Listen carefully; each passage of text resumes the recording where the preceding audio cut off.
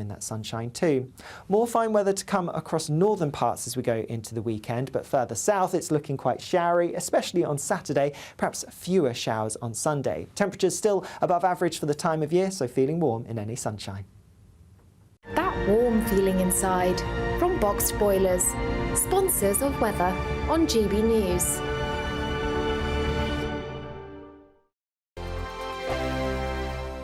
You really could be our next big winner with an incredible £20,000 in tax-free cash to play with this summer. What would you spend that on? Well, whilst you're thinking about it, listen to some of our previous winners getting that winning phone call from us. I'm Charles. I'm on £18,000 cash. It was just amazing, and as soon as it goes into your bank account, it just changed. It's a life-changing thing. Just go for it. It's an absolute must. You must try and go for it. The next winning call could be answered by you. For another chance to win £20,000 in tax-free cash, text PRIZE to 63232. Text costs £2 plus one standard network rate message. Or post your name and number to GB05 PO Box 8690 Derby DE1 9TT. UK only. Entrance must be 18 or over. Lines close at 5 p.m. on the 31st of May. Full terms and privacy notice at gbnews.com/win. Please check the closing time if listening or watching on demand. Good luck. GB News is the home of free speech. We were created to champion it, and we deliver it day in, day out. Free speech allows us all to explore and debate openly the issues most important to us, our families, and of course, the British people. Having challenging conversations to enlighten each other. Which is why we hear all sides of the argument. We are the People's Channel. We will always stand by the freedom to express yourself. On TV, radio and online. This is GB News, Britain's news channel. We're GB News, and we come from a proud tradition of British journalism. That's why I'm so excited to be here. It's something so new. The first news channel to be launched in Britain in over 30 years. Launched to represent the views of the British people. To go where other broadcasters refuse to go. How did you find out about the story in the first place? Launched with one aim. To be the fearless champion of Britain. It's an absolutely fantastic atmosphere here. This is GB News. The People's Channel. GB News, Britain's news channel. I'm Patrick Christys. Every weeknight from 9, I bring you 2 hours of unmissable, explosive debate and headline-grabbing interviews. What impact has that had? We got death threats and the bomb threat and so on. Our job is to do what's in the best interest of our country. You made my argument for me. My guests and I tackle the issues that really matter with a sharp take on every story. I'm hearing it up and down the country. That was a beginning, not an end. Patrick Christys tonight from 9 p.m. only on GB News, Britain's news channel. I'm Christopher Hope. And I'm Gloria Di Piero, bringing you PMQs live here on GB News. Whenever Parliament is in session on a Wednesday at midday, we'll bring you live coverage of Prime Minister's questions. We'll be asking our viewers and listeners to submit the questions that they would like to put to the Prime Minister, and we'll put that to our panel of top politicians in our Westminster studio. That's PMQs live here on GB News, Britain's election channel.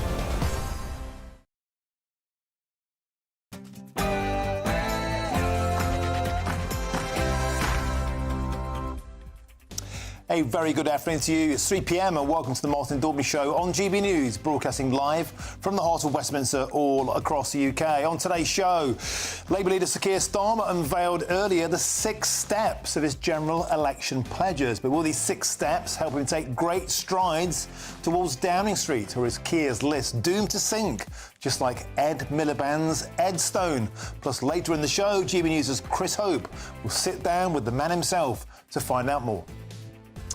And today marks the 81st anniversary of the legendary Dambusters missions that defined British bravery and helped to turn the course of World War II. Well, to mark the occasion, a team of RAF cyclists will cycle 300 miles from RAF Digby in Lincolnshire to a war memorial in the Netherlands, marking the place the crew sadly perished. And we'll be live from that historic site. And the Prince of Wales has issued a stark warning about a global medical problem that could kill 10 million people by 2050. And that's all coming up between now and 6 o'clock.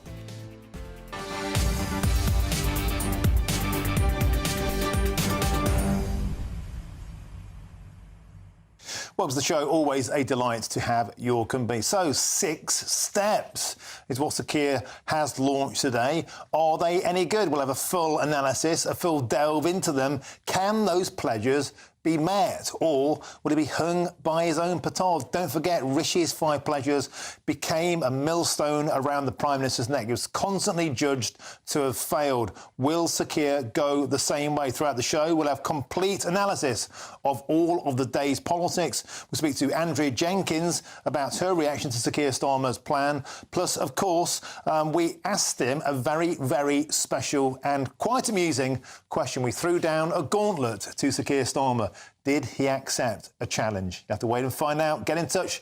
Usual ways, gbnews.com/your say. First, it's time for your headlines, and it's Aaron Armstrong.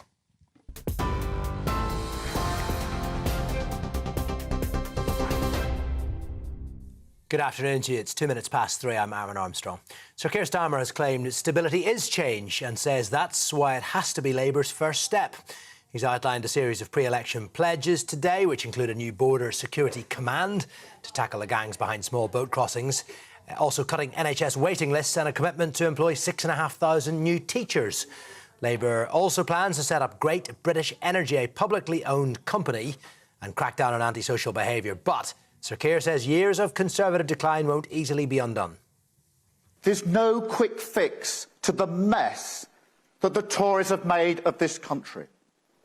But this is a changed Labour Party with a plan to take us forward. And I have ambition for this country. And like all ambition, that starts with first steps. First steps towards higher growth, an NHS back on its feet, secure borders, cheaper bills, safer streets, and opportunities for your children. Well, the Conservative Party chairman, Richard Holden, says Labour's promises should be taken with a pinch of salt. Quite clear that Labour don't have a cohesive plan and would take the country back to square one. I have no idea why anybody would believe a word that Keir Starmer says when every single time he's got a different audience to play for, he changes his tune, he changes what he's saying and changes what he says he stands for. You know, with 16 relaunches in a matter of a couple of years, after 4 years in opposition, he's not got a cohesive plan. I think it says everything you need to know about Keir Starmer.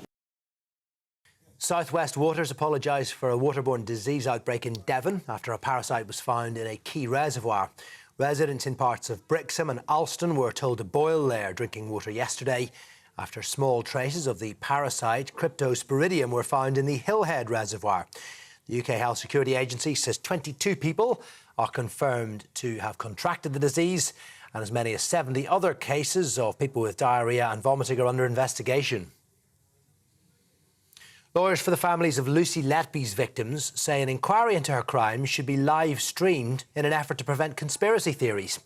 The former nurse was sentenced to 14 whole life orders after being convicted of murdering 7 babies and attempting to murder 6 others. A lawyer representing the families of 6 victims says the case continues to attract conspiracy theorists, and hearing from the people involved would be an effective way of tackling them. It comes after the New Yorker magazine published an article about the case under the headline, "Did she do it?" Junior doctors in England are holding fresh talks with the government in an effort to end their long-running dispute over pay. Since March 2023, there have been a series of walkouts, with staff demanding a 35% pay rise, phased in over a number of years. Health Secretary Victoria Atkins says she's pleased the British Medical Association have agreed to the mediation. But since I was appointed as Secretary of State in November, I've worked incredibly hard to try to tackle industrial action, because we know that in the last year it has led to some 1.4 million appointments being cancelled, and that has a real impact for patients. And so this is, I hope, a welcome step forward with the Junior Doctors Committee of the BMA to ensure that conversations about pay, but also working conditions, can happen in private. The Prime Minister defended the government's controversial changes to sex education. Rishi Sunak says parents should know what their children are being taught, and sex education should come at an appropriate time. The new proposals would ban it for children under the age of 9 and would recommend the concept of gender identity is not part of the curriculum. Education Secretary Gillian Keegan says gender ideology should not be taught as fact. We're also making it crystal clear that it should be transparent to parents, and parents should be able to see the materials. They are the first educators of their children, so they should be able to see what's also going on in school. And we're also on top of our gender questioning guidance, which we published for consultation earlier on. We're also making it very clear that gender identity is a contested view and should not be taught as fact. That's it for the moment, but you can get more on all of our stories by scanning the QR code on your screen. You get those GB News alerts that way, or you can find the details on the website. Now it's back to Martin.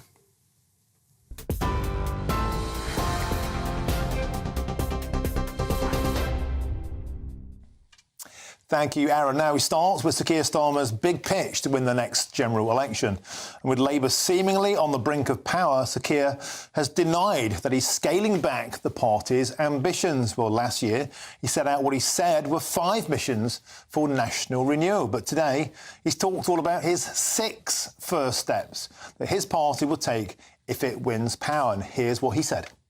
I'm not scaling back our ambition absolutely at all. The way I've set this out has been a strategy I've been operating to for 4 years now, which is a strategy which was first to recognise the scale of the defeat of the Labour Party at the last general election, the worst defeat since 1935. And so stage 1 was change the Labour Party, change it, turn it inside out, facing the country and serving working people. Next stage, expose the government as incompetent, ably assisted by several of their prime ministers. The next stage, which you and others pushed me to, is right, well, now it's clear that you've changed the Labour Party and it's clear to everyone this government's failing. What are your big ideas for the country? That's the missions that we set out last year. This is not to reduce the missions. It's to say, what's the first down payments on the delivery of those missions? What are the first steps that we can take? They're not the only steps, they're the first steps. The missions remain. Well, there we go. 6 steps. And I'm joined in the studio by the former Labour Minister, Dennis McShane. Dennis, always a delight to have your company. So, 6 steps. 6, the magic number. Economic stability. NHS back on its feet. Secure borders. Cheaper bills. Safer streets. Sounds good. Where's the detail? The detail isn't going to be there because, frankly, we won't know what will be in the kitty left over after all these pretty miserable Tory years. It's very similar to Tony Blair's 5 early pledges. I remember those. I think Rishi 18 months ago came out with his 5 early pledges. But can you remember one of them, Stephen? What Rishi Sunak's? Yes. Yeah, it was stop the boats. That's the most measurable failure. Cut inflation, economic growth. You should know this. Well, I'm the expert. I'm asking you. You're a humble sort of you're a humble sort of civilian in this. I'm very impressed. You know it all. Good for you. Back to Sir Keir's 6 of the best. These 6 steps, will it help him make those great strides towards Downing Street, or is it just yet more rhetoric? I think it's a set of signals that are easy to understand, that are going to be plastered on billboards, on social media, until you're thoroughly, and the voters and the public are thoroughly sick of them. And everybody will be dissecting, well, what does the great British energy company mean? Why 6,500 new teachers, not 8,000? What does a stable economy mean? That's perfectly fair. That's reasonable. But the iron rule we were taught under New Labour, and this is, I mean, Tony Blair and Gordon Brown turned Labour inside out after the disasters of the 1980s. Keir's done the same thing with Labour today. Now you move forward and say, this is our offer to the country. But I remember being told by everybody, Mandelson, Blair, you've got to repeat something again and again. You're sick and tired of hearing that phrase. And then when you're just about going to kill yourself rather than say it again, some of it might be getting through. So you're going to hear an awful lot of the 6 pledges, I'm afraid, as your summer holiday reading morning, noon and night into the election, which will be on October the 4th. That's when you think it is? That, I think it will be, for the simple reason, I see that Mr Sunak, Rishi has said it won't be before October. He doesn't want to clash it with the American election, Trump-Biden, on the 5th. 5th on Guy Fawkes Day, as I think a BBC chap suggested this morning. Not at all. He wants to be a million miles away from the US election. That means either you have to do it long after, way into December, which is the worst time on earth to do any campaigning. 2019 all over again. Come back to the 4th of October. It means you don't have to have party conferences, and the last thing I think the Tories want is a party conference. OK, now, these lists, of course, Dennis, they can be a millstone, or in the case of Ed Miliband, a millstone. Of course, the Ed Stone. We've got a picture of that now, I believe. And the stark thing about this, of course, the Ed Stone, Miliband's list, literally sank like a stone. But it bears a lot of relation. There it is, look, a huge slab of faux granite, which I think now belongs in a landfill site or somewhere in a lockup. I digress. But if you look at that list, Dennis, a strong economic foundation. Tick, same as Sakir. Higher living standards, same again. An NHS with the time to care, same again. Controls and immigration, same again. A country where the next generation can do better than the last, that's not there. Homes to buy and action on rents. It's basically 4 out of 6 of the Edstone. These lists are all the same, aren't they? Go and check Margaret Thatcher's list. It was identical. I mean, for Prime Minister of the country, of course you want a stable economy, you want more teachers, you want more NHS delivery. I mean, what Keir's challenge is, he's got the 3 R's. He's got to repair, renew and reform. He's got to repair a seriously broken state. I mean, look at this disaster of the people having to boil their water in southwest England. I mean, our Victorian engineering forefathers, Stephen, built the best water supply in the world, and under privatisation, it's been corrupted, degraded. Here in London, there's 50 million people, many of them very poor, having to pay an extra up to £400 now just to provide money for chief executives. Now, so that's really. Can I ask you a quick question about the optics? Why is it that politicians now always take off their tie and roll up their sleeves? I mean, back in the old day, Tony Blair didn't do that. What is this thing about, here I am with my sleeves rolled up, I'm the man of the people?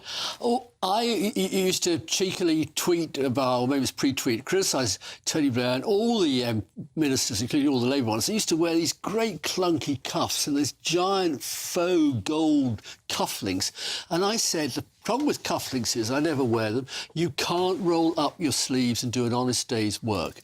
So I'm glad to see Keir Starmer's looking like a man who gets down to it, sleeves rolled up, serious, and off he goes. Is it literally that? Here I am, rolling up my sleeves, doing a whole day's work, and then they go into a hospital and tuck in their tie. It's all thought out. I think it's natural to him. I mean, I've been reading the big biography of him by Tom Baldwin, an excellent book. It is. He's what the French call a bête examen. He kept passing exams. He kept getting up to grade 7 with the flute and the piano. I mean, I crashed out before grade half a percent. And he's just a serious, hard-working chap. Running the country, though, requires extraordinary skills, talent and teamwork. That, frankly, is a much bigger test than so far. But so far, so good. Now, he specifically was asked today, are you following in Tony Blair's footsteps? He said, I'm no Tony Blair light. I'm no copy of Tony Blair, but he should be, if he wants to get into power. You worked with Tony Blair. Has Sir Keir Starmer got what it takes to have that mass appeal, or will people still think, I don't quite know what this guy stands for? Well, far more important is that the Tories have got mass non-appeal at the moment, and the big question for me is whether the Tories are going to keep on being bonkers for the next 5 years, as they were under William Hague and Michael Howard and Ian Duncan Smith. You had to wait 10 years before a human being appeared, like David Cameron, to lead the Tory party back to power. So that's their problem. I think mass appeal isn't quite the right word. If Tony took a lot of correct and good decisions very early on, he really didn't put a foot wrong. If Keir has that judgment, then I think the country will respond. But it'll depend on how the economy works and a whole range of issues which each new government has to confront and deal with. And it's much worse now, frankly, than under Tony Blair. No question. The damage done in the last 15 years by first the Liberal Democrats and then the Liberal Democrats and the Tories. And then lockdowns and COVID and all the money that everyone threw away. Fair enough on the external factors. So Blair had some of those. Well, Britain always had external factors, but the other sort of huge problem is that the Tories descended into that amazing kind of vortex, that swamp, sink sand of Brexit, and they haven't climbed out of it yet. You had to get Brexit in right at the end, and I haven't got time to respond. Dennis McShane, that was cheeky. I'll get you next time. Thanks for coming in, always a delight. Now, I've lots more analysis of what Sir Keir Starmer had to say throughout the show, and there's plenty of coverage on our website, gbnews.com. You helped to make it the fastest growing national news website in the country, so thank you very much. Now, there's still plenty of time to win our biggest cash prize so far, a whopping £20,000, and it's tax-free. Imagine having all of that in your bank account this summer, but you've got to be in the draw for a chance to win it, and here's how. Don't miss your chance to win our biggest cash prize so far. A totally terrific £20,000 in tax-free cash to make your summer spectacular. You could use that cash to splash out on a holiday, make the garden glam, buy a new car, or just save it for a rainy day. Whatever you'd spend £20,000 on, make sure you don't miss the chance to make it yours. For another chance to win £20,000 in tax-free cash, text WIN to 63232. Text costs £2 plus one standard network rate message. Or post your name and number to GB05 PO Box 8690 Derby DE1 9TT. UK only. Entrance must be 18 or over. Lines close at 5 p.m. on the 31st of May. Full terms and privacy notice at gbnews.com/win. Please check the closing time if listening or watching on demand. Good luck. Now it's the anniversary of one of World War II's most famous missions. 81 years ago, it was the Dam Busters raids, and at GB News, we're about to pay tribute to our legendary heroes. I'm Martin Daubney on GB News, Britain's news channel.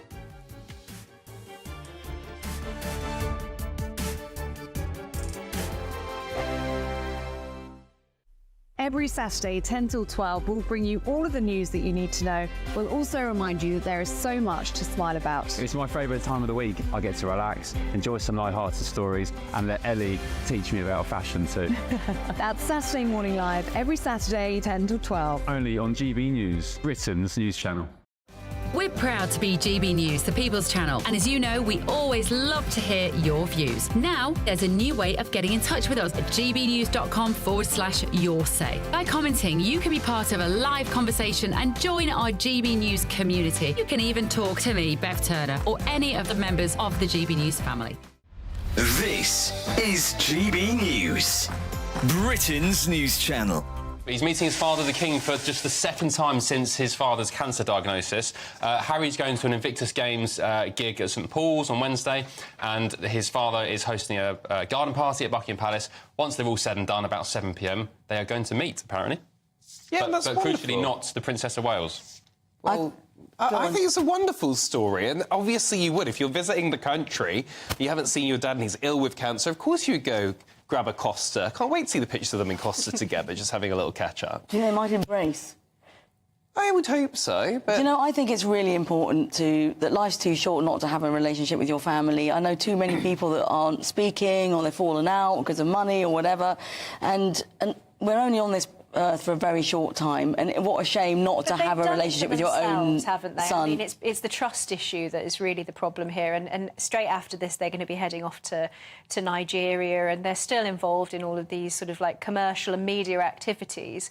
If you don't have that trust there with your family, and you're responsible for breaking that trust down, it's not really, it's sort of on you, isn't it? It's still mendable, though, I think. And we've all got people in our family that maybe we wouldn't trust with our bank details or something like that, so they can just not... You know, Charles shouldn't be going to Harry, guess what, you can't tell anyone. He's like, that's not what they're going to talk about, are they? They're not going to tell him anything. The King is his father, but it's different, isn't it, if it's your brother, it's your sibling, whereas a father's probably perhaps more likely to be forgiving and to be wanting to sort of reunite. Do you think maybe it's going to be harder for him to mend that relationship with William and Catherine? I think it's really, really hard. I mean, I can't see how they can... But they need to get in a room together. They need to speak. The only way that you are going to break down barriers when it comes to relationships is by facing it and speaking about it. You say life's too short, but some would say, well, that's the perfect reason not to tolerate any nonsense. In the GB newsroom, we bring you the news as it happens. With our team of dedicated journalists across the UK, GB News brings you accurate reporting of the day's topical agenda. When the news breaks, wherever and whenever it's happening, We'll be there. This is GB News. The People's Channel, Britain's news channel. Earlier on breakfast. And we haven't got any internet till at the earliest tomorrow morning. No. How have you been coping? Joe Biden actually acted like a bully.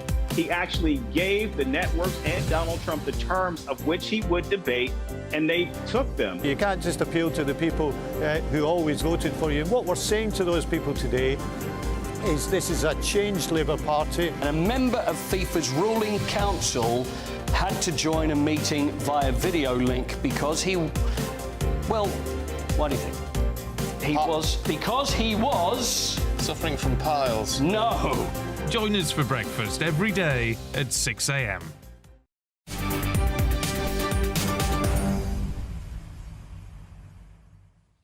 Welcome back. It's 3:22. I'm Martin Daubney on GB News. Later in the show, I'll tell you why football fans up and down the country might all, at last, have something to celebrate. Now, today is the 81st anniversary of the legendary Dam Busters raids, and the famous mission to destroy dams in the heart of Nazi Germany came at a huge cost. 53 airmen died in the attack, including the crew led by Dingy Young, who were shot down just moments from safety. And this week, a team of RAF cyclists have been riding 300 miles from their base in Lincolnshire to a war memorial in the Netherlands, which marks the place where the crew so sadly died. And as a special memorial service to mark the occasion, a moving rendition of The Last Post was played.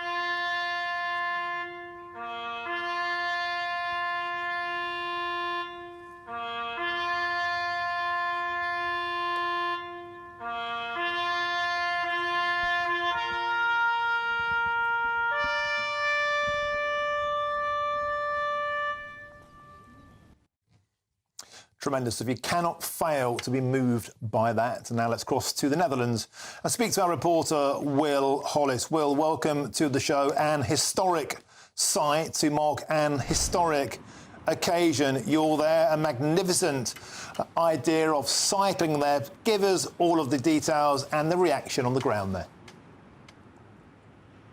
Yes, well, it's a bright and beautiful day here on the Dutch coastline. You'll probably see local people, primarily from Amsterdam, enjoying the beach. But it's a far cry from what this part of the world was like 81 years ago today. The Netherlands was controlled by German forces, and it was the Dam Buster raids into Germany that passed over this beach on the way to the Ruhr dams. Now, upon returning back from a successful attack on the Murner Dam, one crew led by Melvin Dingy Young was shot out at sea. The men, unfortunately, all lost their lives, and as the weeks progressed, their bodies washed upon the shore. 81 years ago today, we are now remembering their sacrifice. There is a memorial here at Castricum on Zee, and local people come down to pay their respects. But included in this year's memorial from the International Bomber Command Centre, as well as the Royal Air Force at RAF Digby, a team of cyclists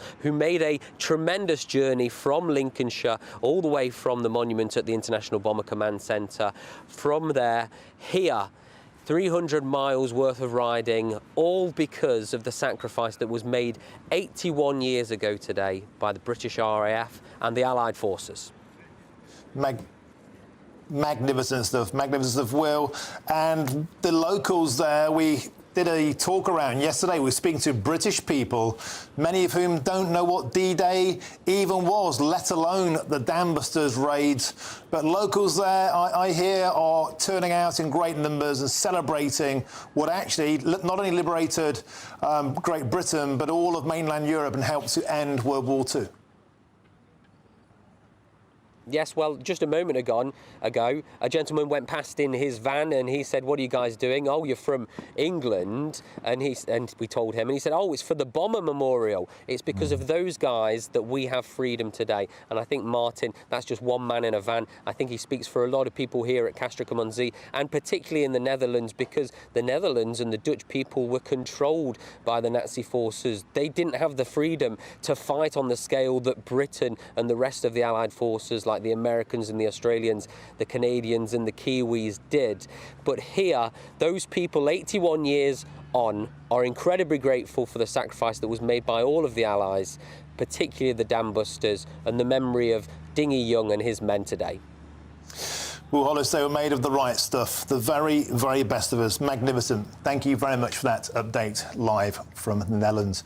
Now let's cross back to the studio now. I've been joined by Chris Hope, our political editor, who's hot-footed it back from Purfleet in Essex, where Sir Keir Starmer gave out those 6 steps. My first steps. In fact, you brought the literature here. We have it. There's a copy of the 6 steps. You can probably see them there. You were there. You were in the audience. How convincing do you think it's going to be to the electorate? A great question. We'll hear more from GB News viewers, no doubt, gbnews.com/your view, if you want to tell us what you think of all this. Yes, I mean, I've interviewed Keir Starmer. The interview plays out on our show, your show, at 5 p.m. tonight. Our show, Chris. Our show. It's a collaborative effort. Our show at 5 p.m. tonight. You heard very clearly from Sir Keir Starmer. We had him on through the day. He spoke without notes. He spoke from just themes, and he's more of a natural, less stilted Keir Starmer than we've seen. He's getting election ready. The election, everyone thinks now, is going to be October, November, probably, not before then. But you've got the first blows being sounded here. These are called the first steps from the Labour leader. There'll be nothing more than this. There won't be a second, third and fourth steps. It's this, and then it's the manifesto launch ahead of the election. So we've got, he's saying delivering economic stability, cutting NHS waiting times, launch a new border security command, set up Great British Energy, crack down on antisocial behaviour and recruit 6,500 teachers. Not a lot of detail in there, which I did draw and did mention to Sir Keir Starmer. Nothing on taxation or tax cuts. Merely delivering economic stability. That's because they're nervous, they want to have growth first, then do tax cuts. And just launching a new border security command is somewhat less than the Tories want to stop the boats. And so there's question marks about, do you want to focus on delivery or just how you're going to get there? And, Chris, I've been looking at these 6 pledges, and 4 of them were on the Ed Stone. We'll have more of that later. But look, I've got to cross now to Tory MP Dame Andrea Jenkins, who joins us. We're going to get some reaction to Sir Keir's 6 steps. But first, Dame Andrea, I'd like to ask you about some questions you've raised this week. The Home Office has admitted they've not conducted an assessment on the impacts that illegal immigration has had on violent crime, and you sent a few urgent questions through. Can you tell us more? Yes, I've done lots of written questions because, like many people in Britain at the moment, I'm concerned about the impact of this mass illegal migration. Every other week we hear some horrendous crimes, people being murdered, raped, and I want to know what the stats are. What percentage of people who come here illegally, what is their status, and also how many are in prison? I mean, I know at the moment, apparently, the ones that are recorded, it's something like 12% of the prison population, but also they're not recording violent crimes, and that's so important to me. Yeah, Dame Andrew, we had a huge conversation about that earlier on in the week. Of course, Denmark does publish the nationality of violent criminals, and there's a push to do the same here in the UK. Is that something that you'd like to see happen? Oh, completely. But did you also see the civil servants again up to mischief this week? There was in one of the newspapers, they published an article saying that how the civil servants are trying to stop us publishing the crime stats regarding those illegal migrants. So I think we've so got to push back. It's just ridiculous, and I think the British taxpayer has a right to know what our money's been spent on. And of course, I spoke to people on this show who said it would be divisive, it might be racist and allow them to be targeted. That's what they say. But can I quickly ask you, as I have you here, about Sir Keir Starmer's 6 steps? The manifesto pledge launched today. What are your thoughts on that, Dame Andrea? I'm just coming back to your last thing. I just got one line on that, actually, Martin, where people say you're racist. No, we just do not want to import criminals into Britain. You know, it's about keeping our country safe. Now, regarding Starmer, now I understand this is his 16th reinvention since becoming Labour Party leader. I mean, to me, he's got more face, he deals with more faces than a plastic surgeon. It's just getting ridiculous. But the British public are not stupid, are they? You know, they have a long memory, and they know that he just reinvents, blows with the wind to see what he thinks will get him more votes. But they're empty pledges. He's always flip-flopping, and he relaunches every 2 to 3 months. And it's also, as I've said before, his fake patriotism. I think people can see through this, and I think is a danger to Britain, because people do not know what they're getting with him. OK, superb. Thank you for your analysis. Dame Andrea Jenkins, always a delight to have you on the show. Thank you very much. Now, of course, we'll have a full reaction to all of that from Chris Hope. Chris Hope's got a load more to add. He literally just hot-footed it back in, but we'll have plenty more from this man soon. There's loads more stuff to come between now and 4 o'clock, and I've also got news of a major health scare in the West Country. But first, it's your headlines, and it's Tatiana Sanchez.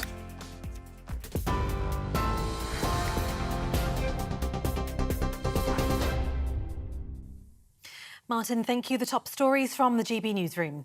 Sir Keir Starmer says all 6 pre-election pledges are fully funded and achievable within 2 terms of a Labour government.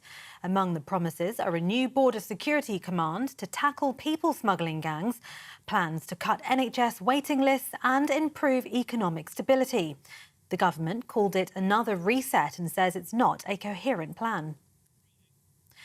Britain has asked China to push for an end to Russia's war in Ukraine as Vladimir Putin visits Beijing. The Russian president was greeted by Xi Jinping with full military honours for their 3rd meeting in just over a year. China has long been suspected of supporting Russia's economy and its invasion of Ukraine. A man has been charged with attempted murder after Slovakia's Prime Minister was shot several times yesterday. The suspected attacker is a 71-year-old poet and former security guard. The Interior Minister says the attack was politically motivated. It comes after Robert Fico's government approved a proposal to crack down on press freedom by abolishing the country's public broadcaster. And South West Water has apologised for a waterborne disease outbreak in Devon after a parasite was found in a key reservoir. Residents in parts of Brixham and Ulston were told to boil their drinking water yesterday after small traces of the parasite, Cryptosporidium, were found in the Hillhead Reservoir. Totnes MP Andrew Magnol says it was caused by a damaged air valve, which could have allowed animal waste or other substances into the reservoir. For the latest stories, sign up to GB News Alerts by scanning the QR code on your screen or go to gbnews.com/alerts.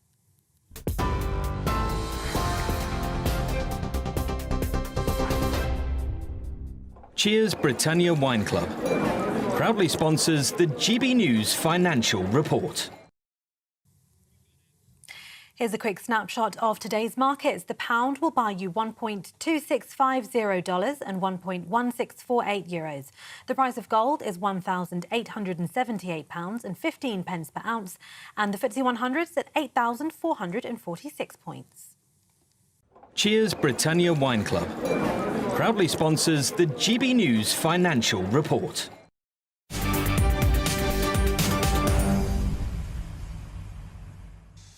Thank you, Tatiana. Now, there's a new way to get in touch with us here at GB News, and here's Bev Turner with all of the details. We are proud to be GB News, the People's Channel. And as you know, we always love to hear your views. Now, there's a new way of getting in touch with us at gbnews.com/your say. By commenting, you can be part of a live conversation and join our GB News community. You can even talk to me, Bev Turner, or any of the members of the GB News family. Simply go to gbnews.com/your say.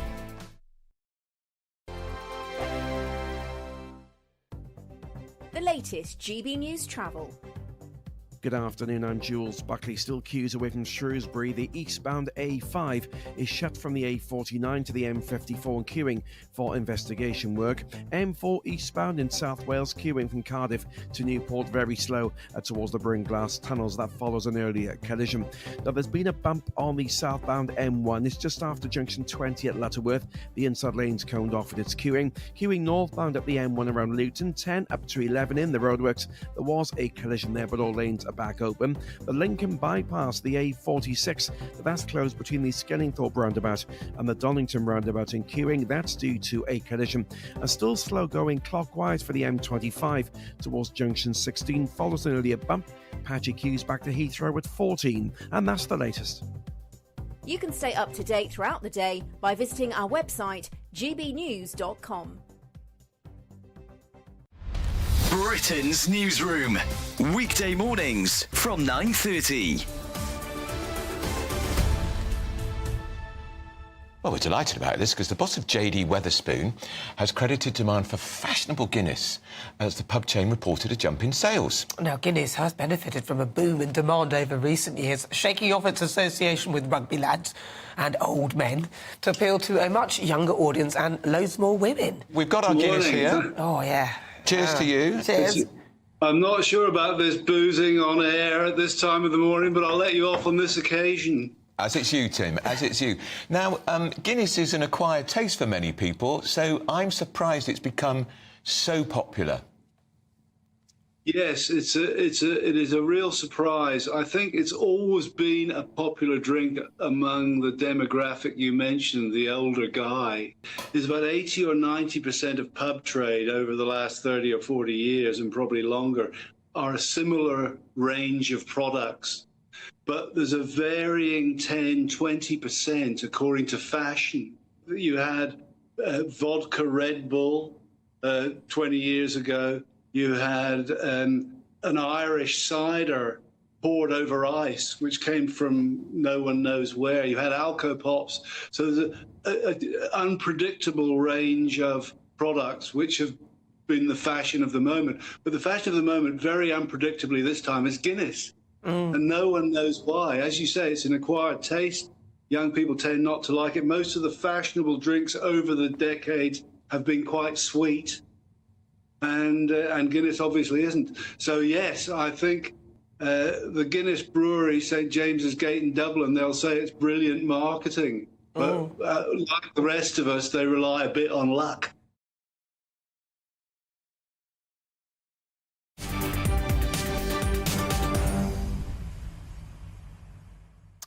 Welcome back. Your time is 3:38. I'm Martin Daubney and this is GB News. Now, later in the show, I'll be joined by our royal correspondent, Cameron Walker, on what's been a busy day for the Prince of Wales and the Queen. Now, an independent candidate for the European elections in the Republic of Ireland allegedly had his office attacked and death threats against him after a man tried to force his way into his North Dublin headquarters last night. Malachy Steenson is known for his opposition to open borders in the country. And I can now cross to our reporter, Dougie Beattie, who is in Dublin. Dougie, welcome to the show. You're outside. I see there Malachy Steenson's office, a hugely concerning incident. Tell us more. Yes, I'm here just between the North Strand and what is known as the East Wall.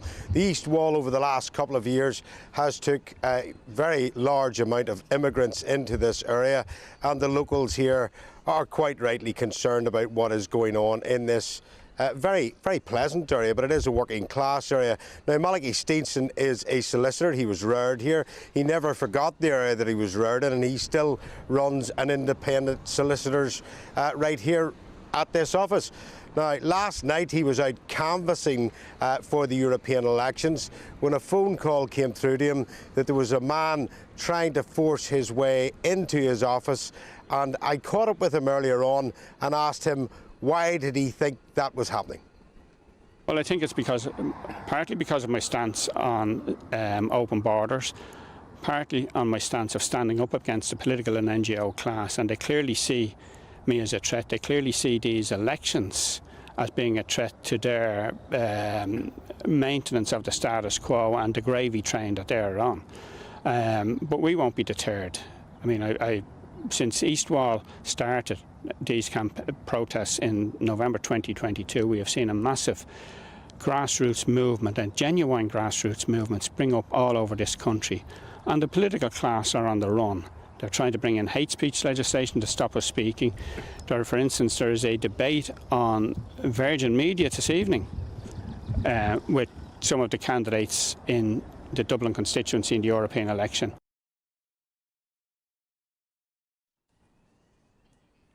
Well, you can see from that Maliki is quite annoyed at not only how the state are trying to close them down, but also the attack on his offices right here. Maliki is continuing to go out canvassing and says it will not deter him.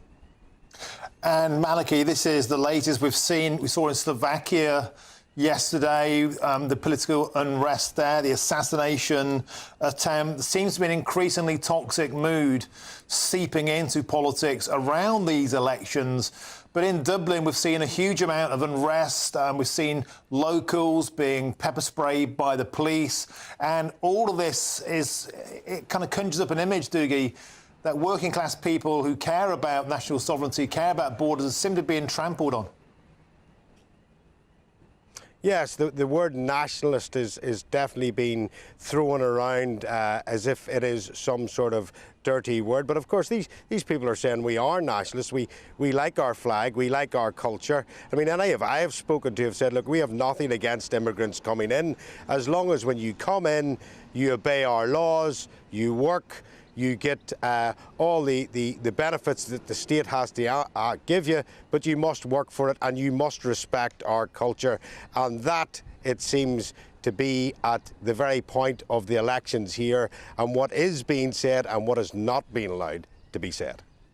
Okay, Dougie Beattie, thank you for that update in Dublin, and I'm glad that Maliki Steenson is safe and this attack was thwarted. Thank you very much, Dougie Beattie. Always a delight to have you on the programme.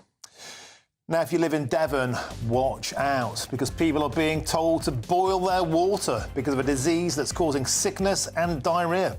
I'm Martin Daubney on GB News, Britain's news channel.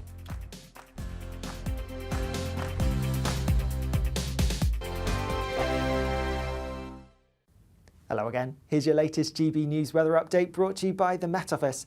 It will turn mostly dry overnight and it will be dry for many of us tomorrow. But before then, we do have some heavy rain around at the moment, currently across central parts. That's been driven by an area of low pressure that is pushing its way westwards, and that's then pushing the heavy rain westwards as we go through the end of the day. So it is going to clear away, but before then, we could have some heavy rain, particularly as we go through this evening's rush hour, could cause some problems on the road. Otherwise, we are likely to see most places turning dry overnight, although just a few spots of rain where the clouds thick enough across some northern parts of England perhaps.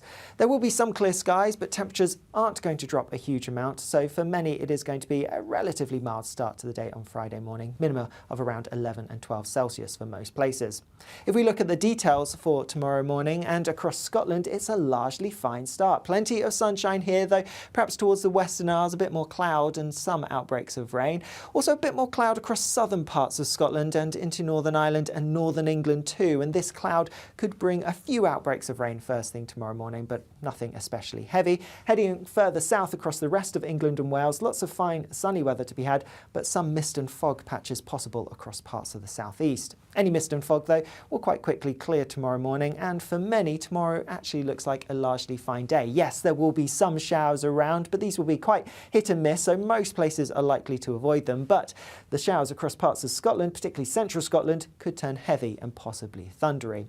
With some decent sunshine around, temperatures for many are likely to be a little bit higher than today, more widely getting into the low 20s Celsius, so feeling pretty warm in that sunshine too. More fine weather to come across northern parts as we go into the weekend, but further south it's looking quite showery, especially on Saturday, perhaps fewer showers on Sunday. Temperatures still above average for the time of year, so feeling warm in any sunshine. I'm Christopher Hope. And I'm Gloria Di Piero, bringing you PMQs live here on GB News. Whenever Parliament is in session on a Wednesday at midday, we'll bring you live coverage of Prime Minister's questions. We'll be asking our viewers and listeners to submit the questions that they would like to put to the Prime Minister, and we'll put that to our panel of top politicians in our Westminster studio. That's PMQs live here on GB News, Britain's election channel. GB News is the home of free speech. We were created to champion it, and we deliver it day in, day out. Free speech allows us all to explore and debate openly the issues most important to us, our families, and of course, the British people. Having challenging conversations to enlighten each other. Which is why we hear all sides of the argument. We are the People's Channel. We will always stand by the freedom to express yourself. On TV, radio and online. This is GB News, Britain's news channel.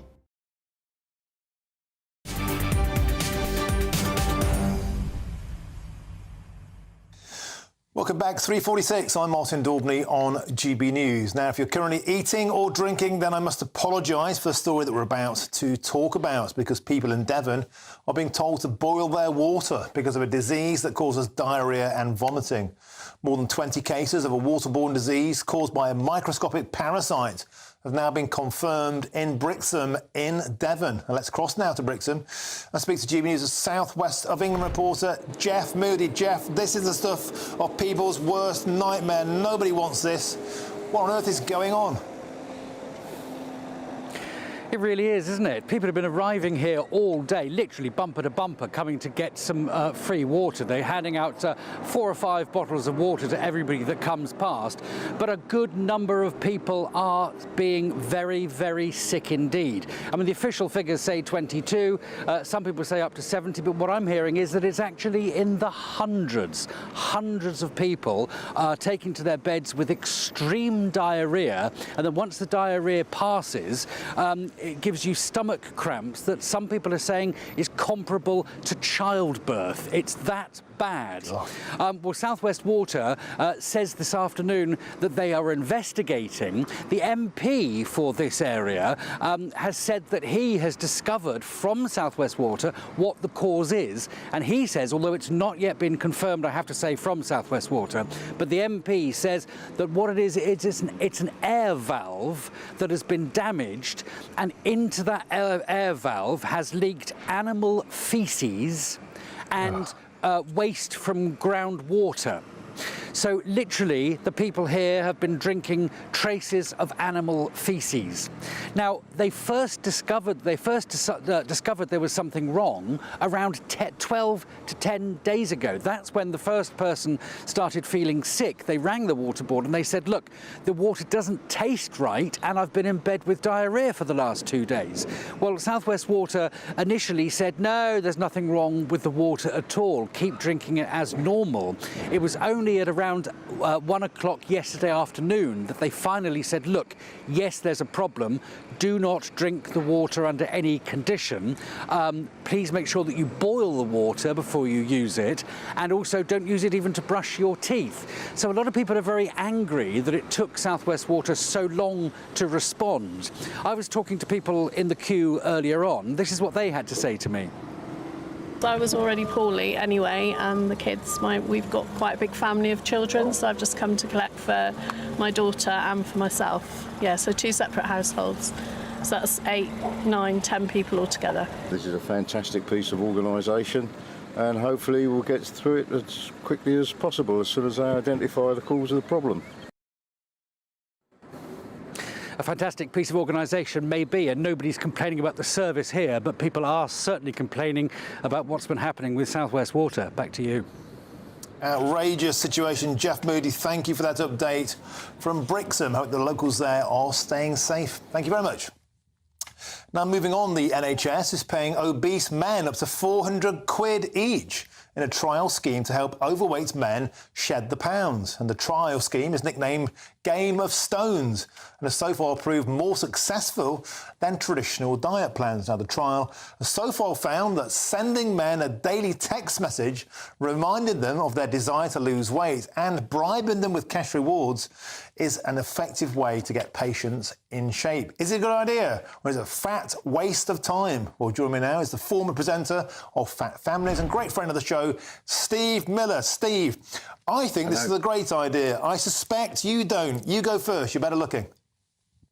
Well, I probably look more chubby, actually, but I had a blooming good chubby chuckle when I read about this one. Listen, I've got some figures here. 585 men initially signed up to this, right, to lose 10% of their weight over 12 months and to receive 400 quid. So 585 men signed up. Guess how many actually achieved it? 27. It's 27 a bribery. Men. It's a bribery. Absolutely. You use the word and it's absolutely spot on. And listen, what a culture to begin to cultivate, where we're kind of begging people and throwing cash at them. I mean, you have to ask the question, if this goes through and this was to happen, and I don't think it will, because people often put the weight on when following initiatives after initiatives like this. But I mean, what next? Where does it end? It's a slippery slope. Are we going to start paying people to clean their teeth because of the rising dental costs out there? It's just bonkers. So I think it's another typical NHS theory. There's probably been a lot of strategy group meetings about it. And also what we have to remember, the 400 quid, up to 400 quid, we're not just talking about that. We're talking about the setup costs. We're talking about the facilitation costs of it. We're talking about whoever weighs these people, weighing people. So rolling this out, literally, excuse the pun, across the country is literally madness. So I say to this initiative, 2 words, bat right off. That was 3. An excellent case against. I'm going to attempt to make the case for. Now, the organisers say it will pay for itself because the NHS spends on average up to 1,400 quid per year looking after obese patients, and it's around half that if you're of a healthy weight. It saves money, it will pay for itself, and some of the text messages it sends to the fellas, you have to admit, Steve, are quite funny. It says, don't walk home past the kebab shop tonight, and it says, stop treating your body like a skip. I think men respond to that kind of banter, and of course, they respond well to bribes. Well, I think, firstly, I think the text messaging, I'm not going to knock that. And I thought some of the text messaging examples were great. They were a bit more straight talking, unusual for the NHS, I have to say. But where the money would be better placed, what we have to do is use common sense. We look at a country, right, a well-developed country that's doing very well in managing its obesity. That country is called Japan. In Japan, the obesity rate is around 5%, 4 or 5%. In the UK, it's in the 20s. What does Japan do? They have no issue being direct about fat. They do not worry about the squeals of, oh, you're fat shaming me. And what employers do is actually get involved in the process as well. But what they do in Japan is they actually measure the employee's waist every year. And I tell you what, if that employee is deemed too fat, they are marched off to weight loss coaching and supported. That is a better way, because what you've got as well is you've got something that's actually going to motivate people into avoiding being too fat. I do not want to reward people for staying in the sofa with my hard-earned cash, and no one else should either. Well, I think that's very succinctly put. You flushed it straight down the pan. The former presenter of Fat Families, Steve Miller, always a delight to have you on the show. That's me told off. I quite liked it, but what do I know? Now, coming up, Sir Keir Starmer has denied that he's scaling back the party's ambitions if they take power. I've got full analysis of his big speech after 4 o'clock, and at 5 o'clock we'll have a proper sit-down with Sir Keir Starmer. I'm Martin Daubney on GB News, Britain's News Channel. It's your weather now, Alex Burkill. A brighter outlook with Box Solar, sponsors of weather on GB News. Hello again. Here's your latest GB News weather update brought to you by the Met Office. It will turn mostly dry overnight and it will be dry for many of us tomorrow. But before then, we do have some heavy rain around at the moment, currently across central parts. That's been driven by an area of low pressure that is pushing its way westwards, and that's then pushing the heavy rain westwards as we go through the end of the day. So it is going to clear away, but before then, we could have some heavy rain, particularly as we go through this evening's rush hour, could cause some problems on the road. Otherwise, we are likely to see most places turning dry overnight, although just a few spots of rain where the clouds thick enough across some northern parts of England perhaps.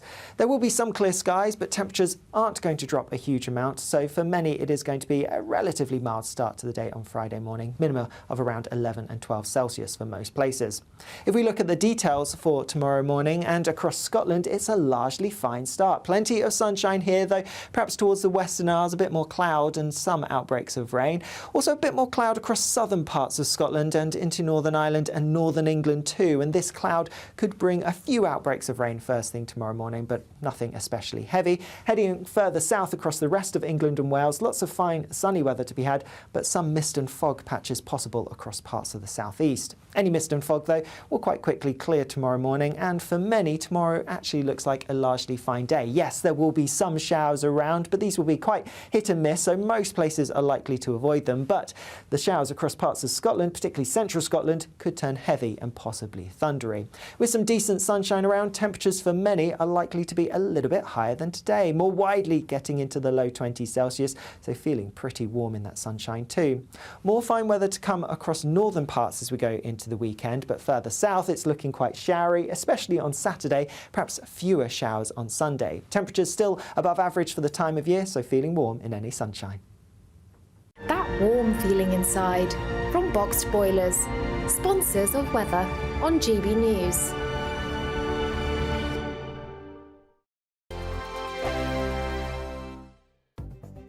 The latest GB News travel.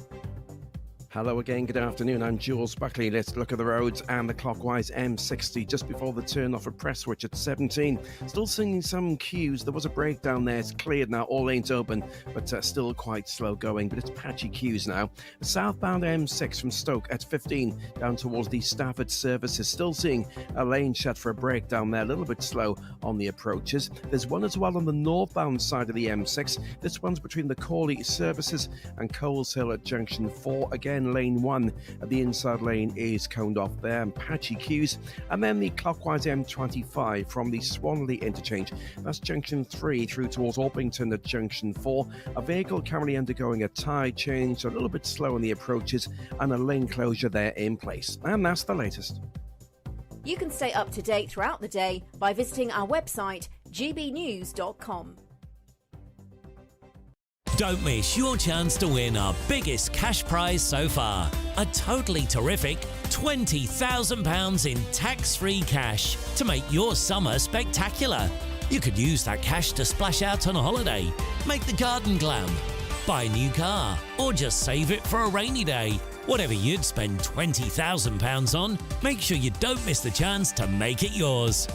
For another chance to win £20,000 in tax-free cash, text prize to 63232. Text costs £2 plus one standard network rate message. Or post your name and number to GB05 PO Box 8690 Derby DE1 9TT. UK only. Entrance must be 18 or over. Lines close at 5 p.m. on the 31st of May. Full terms and privacy notice at gbnews.com/win. Please check the closing time if listening or watching on demand. Good luck. 2024, a battleground year. The year the nation decides. As the parties gear up their campaigns for the next general election. Who will be left standing when the British people make one of the biggest decisions of their lives? Who will rise? And who will fall? Let's find out together. For every moment, the highs, the lows, the twists and turns. We'll be with you for every step of this journey. In 2024, GB News is Britain's election channel.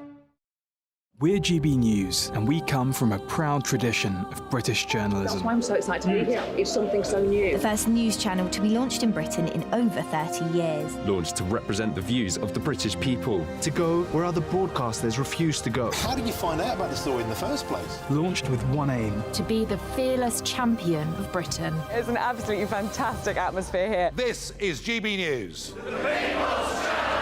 GB News, Britain's news channel.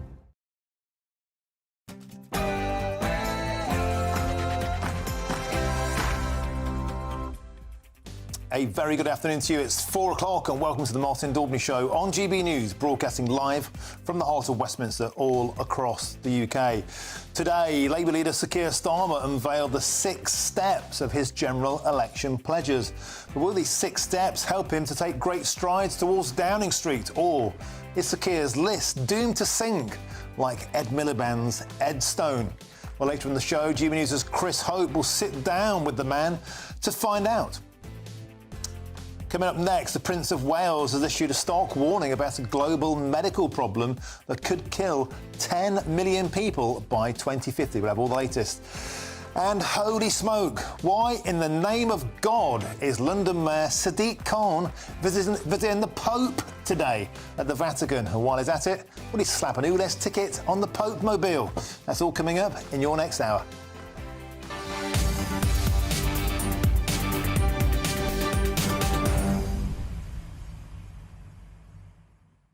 Welcome to the show. Always a delight to have your company.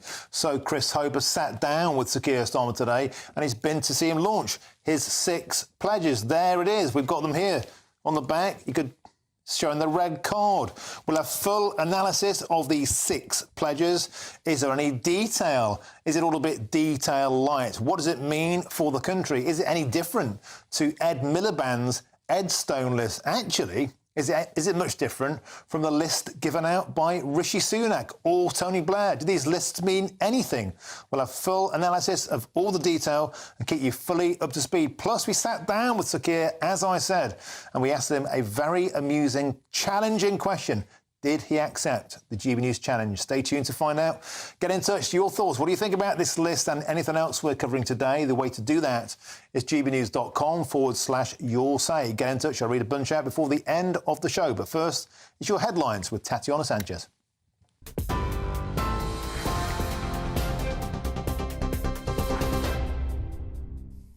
Martin, thank you, and good afternoon. The top stories from the GB Newsroom. Sir Keir Starmer has claimed stability is change and says that's why it has to be Labour's first step. He's outlined a series of pre-election pledges, which include a new border security command to tackle the gangs behind small boat crossings, cutting NHS waiting lists, and a commitment to employ 6,500 new teachers. Labour also plan to set up Great British Energy, a publicly owned power company, and crack down on antisocial behaviour. The government called it another reset and says it's not a coherent plan. But Sir Keir Starmer says it's a fully funded way to get Britain back on track. There's no quick fix to the mess that the Tories have made of this country. But this is a changed Labour Party with a plan to take us forward. And I have ambition for this country. And like all ambition, that starts with first steps. First steps towards higher growth, an NHS back on its feet, secure borders, cheaper bills, safer streets, and opportunities for your children. Some breaking news now. Double child killer Colin Pitchfork's next parole hearing will take place in public in July. That's according to the parole board. Pitchfork was jailed for life for raping and strangling 2 15-year-old girls, Linda Mann and Dawn Ashworth, in Leicestershire in 1983 and 1986. After being released and then recalled in 2021, the 63-year-old was again granted parole in June, but this decision was challenged by ministers. More on this breaking story as we get it. South West Water has apologised for a waterborne disease outbreak in Devon after a parasite was found in a key reservoir. Residents in parts of Brixham and Alston were told to boil their drinking water yesterday after small traces of the parasite Cryptosporidium were found in the Hillhead Reservoir. The UK Health Security Agency says 22 people are confirmed to have the disease, and as many as 70 other cases of diarrhoea and vomiting are also under investigation. The Tory MP for South Totnes and South Devon said residents are likely to have to boil tap water for another week following the discovery. Lawyers for the families of Lucy Letby's victims say an inquiry into her crimes should be live-streamed in an effort to prevent conspiracy theories. The former nurse was sentenced to 14 whole life orders after she was convicted of murdering 7 babies and attempting to murder 6 others. A lawyer representing the families of 6 victims says the case continues to attract conspiracy theorists, and hearing from the people involved would be an effective way to tackle them. It comes after the New Yorker magazine published an article about the case under the headline, "Did She Do It?" A 6-year-old boy has died after falling from an apartment block in East London. It's understood the child fell from the upper floor of a building in Plaistow shortly before 6 o'clock this morning. The death is being treated as unexpected, and authorities are working to establish the full circumstances. Teenagers could be recruited to help plug a shortage of train drivers under new proposals put forward today. The government is asking for views on lowering the minimum age for drivers from 20 to 18, which it says would help build resilience across the railway. The average age of a driver is 48, and the workforce is projected to shrink over the coming years, with many due to retire. It's hoped the proposal will set thousands of young people on track to a career in transport. Junior doctors in England are holding fresh talks with the government in an effort to end their long-running dispute over pay. Since March 2023, there have been a series of walkouts, with staff demanding a 35% pay rise phased in over a number of years. Health Secretary Victoria Atkins says she's pleased the British Medical Association have agreed to the mediation. But since I was appointed as Secretary of State in November, I've worked incredibly hard to try to tackle industrial action, because we know that in the last year it has led to some 1.4 million appointments being cancelled, and that has a real impact for patients. And so this is, I hope, a welcome step forward with the Junior Doctors Committee of the BMA to ensure that conversations about pay, but also working conditions, can happen in private. And a new film about Donald Trump's rise to power in the 1980s is being picked up at the Cannes Film Festival. Titled The Apprentice, it stars Sebastian Stan as the young Trump as he forges a deal with the influential right-wing lawyer and fixer Roy Cohn, played by Succession star Jeremy Strong. The film is due for release by Studio Canal later this year. For the latest stories, sign up to GB News Alerts by scanning the QR code on your screen, or go to gbnews.com/alerts. Now back to Martin.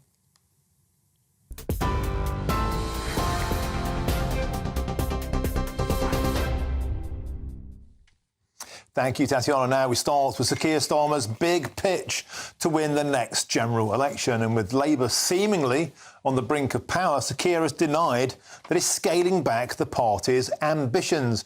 Well, last year he set out what he said were 5 missions for national renewal. But today he's upped his game. He's talked about 6 first steps that his party will take if it wins power. And here's what he had to say earlier.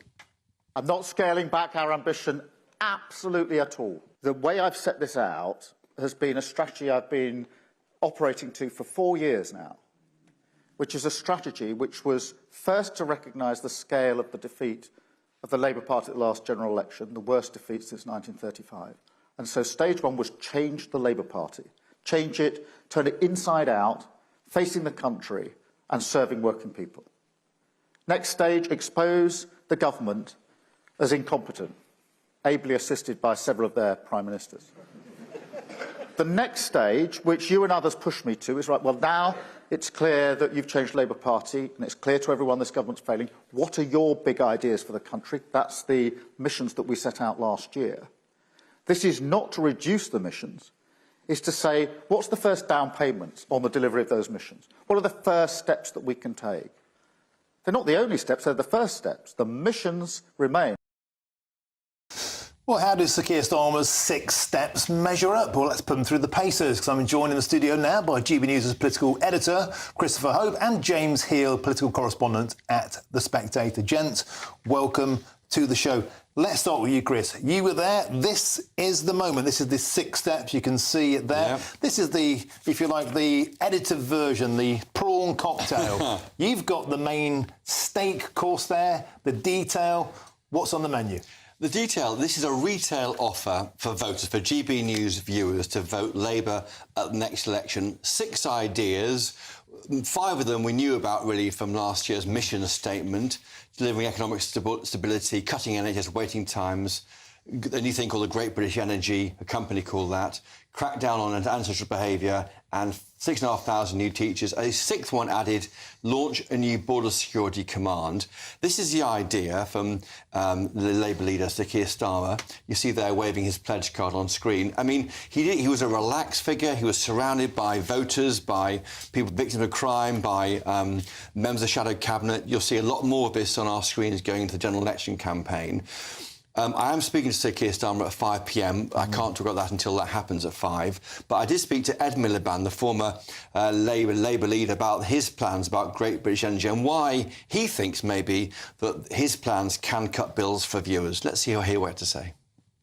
Absolutely, we're talking about the environment. So our plan on GB Energy, our new publicly owned energy company, which will build renewable power across Britain, is absolutely essential to tackling the climate crisis. And it's the new argument, Chris, for action on climate, which is about lower bills. It's about energy security, so we're not at the mercy of dictators like Putin, and it's about good jobs across Britain. And if a Labour government is elected, that's what we'll be doing. It's about giving to people first steps, clear promises that we can deliver. And I just underline that to you, Chris, because it's so easy for people to come along at elections, make grand promises, which then don't get delivered, and then the public feel let down yet again. We're not going to do that. That's why these first steps are really important.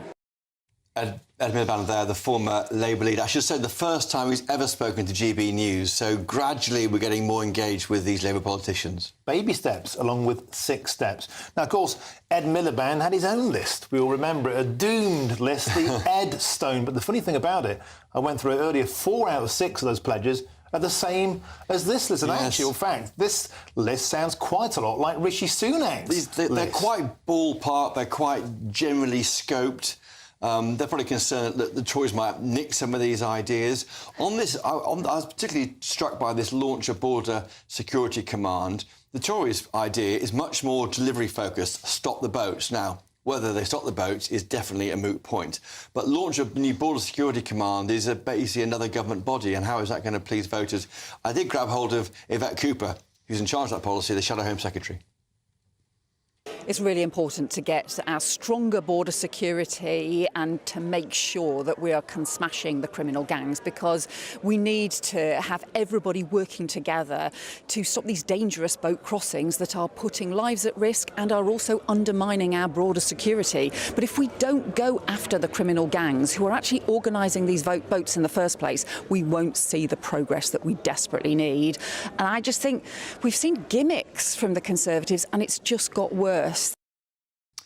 That's the Shadow Home Secretary there, Yvette Cooper, talking to me earlier in Purfleet, a swing seat in Essex. And maybe that's telling, an Essex man. Now let's bring in James Heal. Here it is. That's the pledges.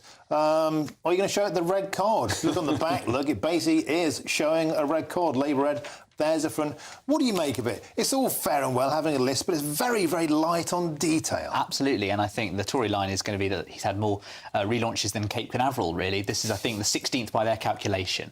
And I think what's striking, perhaps, is not what's just in it, but also what isn't in it. I think we were going over the document beforehand, and I think Chris pointed out there's actually no mention of tax in the kind of papers they've been giving out.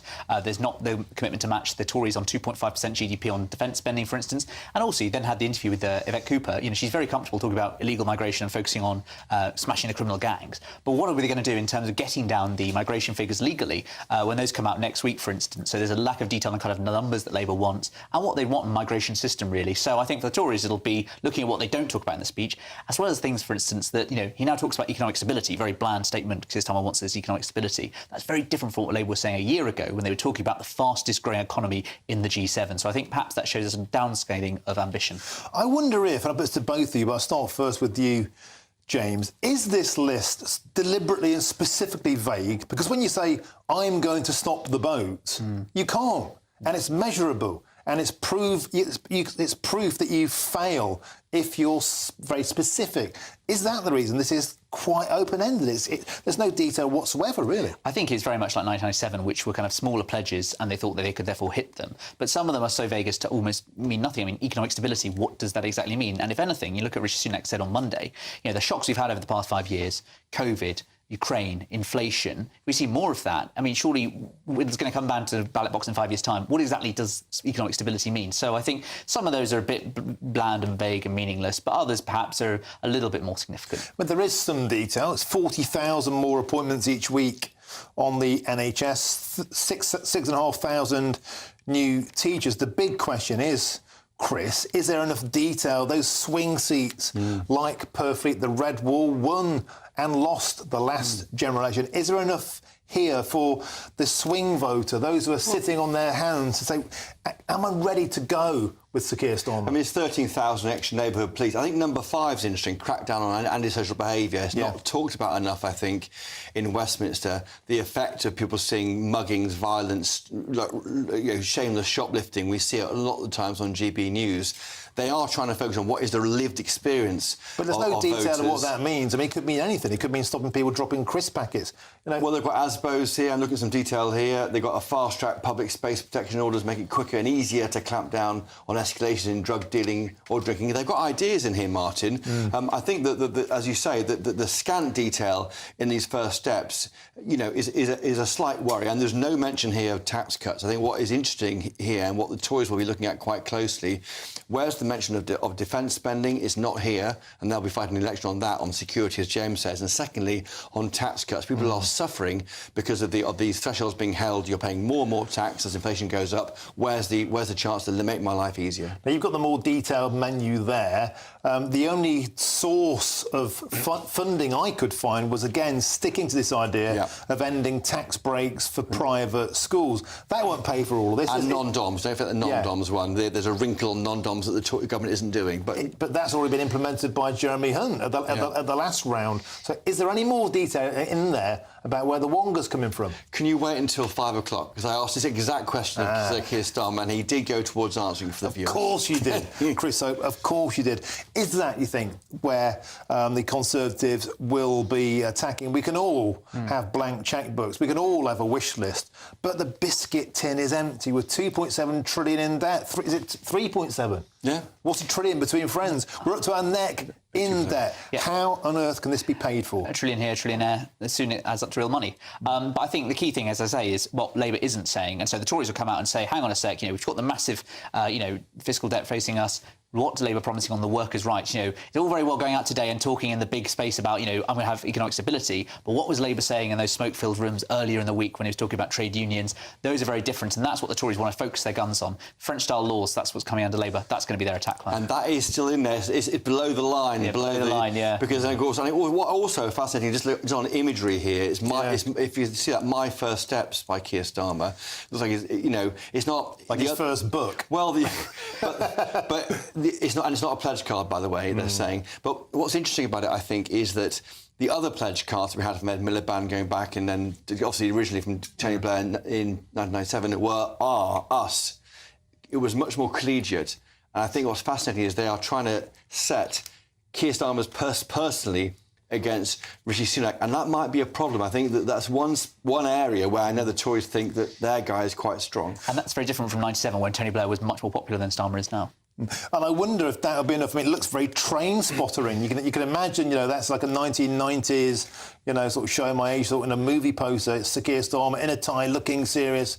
Look at me, I'm a man of the people. But he's not smiling. So Tony Blair was laughing and looking relaxed. That's someone who thinks people are a bit cheesed off with politics getting it wrong so far, or at least being intervening a lot in their lives and they feel in a bad way sometimes. So I think that's him being resolute, Martin. As one left-winger said to me, I mean, the writing's moving to the right, isn't it? If you look at the stack up of it on the poster, it's moving gradually to the right, which some would say perhaps why you shouldn't vote for Starmer, which is that he ran very left in 2020 and now he's talking very right. We'll see what he does in power. I should say to viewers, they will see this everywhere in swing seats. If this is in your local patch around the country, you are now in a swing seat. Expect to hear a lot more from Labour. Just finally, Chris, you're teasing extra detail, you devil, about what's coming at 5 o'clock. Having seen what you've seen, when this goes out later on, do you think the Conservatives will look at today's launch and think, actually, that was quite good? Will they be concerned? I think they're concerned that Labour's getting its act together. I think that he's a Labour leader who is accused of doing anything to get into power, backing Jeremy Corbyn in 2019 and Natalie Elphicke in 2024. That's a big leap across the political divide. But I think you have got detail here. You've got, I think it's a practical attempt to show a retail offer. And I think what a lot of people watching politics, like we three have for the past 4 years, is there's been no attempt to offer a retail offer to voters. Here is one. Let's see what they think. OK, superb stuff. Thank you very much for that analysis. Experts Chris Hope and, of course, James Hill, political correspondent at The Spectator. And we'll have loads more on that throughout the show. And, of course, that tantalising flash of the garter there from Chris Hope about what's to come at 5 o'clock. Looking forward to that. Now it's time for the Great British Giveaway and your chance to enjoy a spectacular summer with an extra £20,000 in your bank account, tax-free, of course. Now, it's our biggest cash prize of the year so far. And here's how you could win the lot. You really could be our next big winner with an incredible £20,000 in tax-free cash to play with this summer. What would you spend that on? Well, whilst you're thinking about it, listen to some of our previous winners getting that winning phone call from us. I'm Charles. I'm on £18,000 cash. It was just amazing. And as soon as it goes into your bank account, it just changed. It's a life-changing thing. Just go for it. It's an absolute must. You must try and go for it. The next winning call could be answered by you. For another chance to win £20,000 in tax-free cash, text WIN to 63232. Text costs £2 plus one standard network rate message. Or post your name and number to GB05 PO Box 8690 Derby DE1 9TT. UK only. Entrance must be 18 or over. Lines close at 5 p.m. on the 31st of May. Full terms and privacy notice at gbnews.com/win. Please check the closing time if listening or watching on demand. Good luck. Now, the Royals have been out in force today and our royal correspondents will be filling us in with all the latest pictures and all the details. I'm Martin Daubney on GB News, Britain's news channel.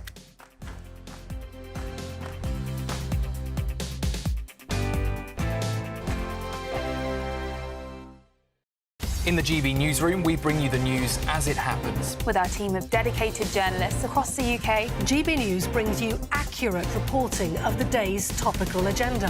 When the news breaks, wherever and whenever it's happening, we'll be there. This is GB News. The People's Channel, Britain's news channel. This is GB News, Britain's news channel. So Meghan's launched her new lifestyle range, starting with jams, and it's called American Riviera Orchard. Apparently, it's been made from organic fruits grown in Meghan and Harry's Montecito gardens.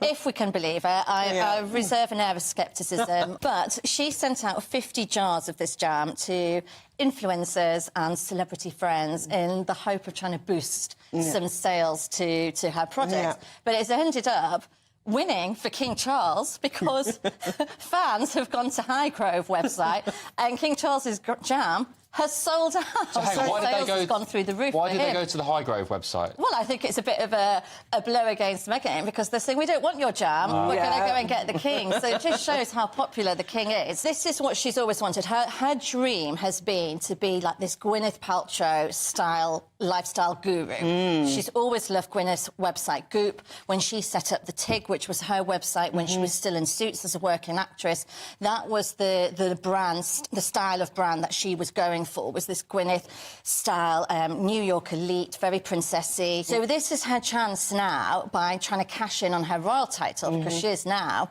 a duchess, so she's using that to try and elevate her brand. And she's really now trying to carve out herself as this new Martha Stewart. And she's coming out with a cooking show as well on Netflix. She's coming out with a cooking show. And she's, I mean, to be fair to Meghan, she has always tried to say that she's into healthy eating, organic food, cooking. But I don't see this being a success. It just will not happen for her, because she's just burnt too many bridges. People just don't believe in her brand. They don't think she's authentic. So, are you an actress? Are you a guru? Are you a duchess? Are you a philanthropist? Who are you, Meghan? Who actually are you? This is what we're asking. I don't think anyone knows. I don't think Meghan really knows who she is. Good afternoon, Britain. Good afternoon, Britain. Weekdays from midday, we bring you the most compelling stories from across the United Kingdom. And why it matters to you. From your doorstep to our inbox. That's right, we want to hear from you. Good afternoon, Britain. Only on GB News, the People's Channel, Britain's news channel. Monday to Thursday nights on GB News with Dubes & Co from 6, followed by Farage at 7. At 8, Sir Jacob Rees-Mogg addresses the state of the nation. And at 9, join Patrick Christys Tonight, followed by Headliners at 11. Only on GB News, Britain's news channel.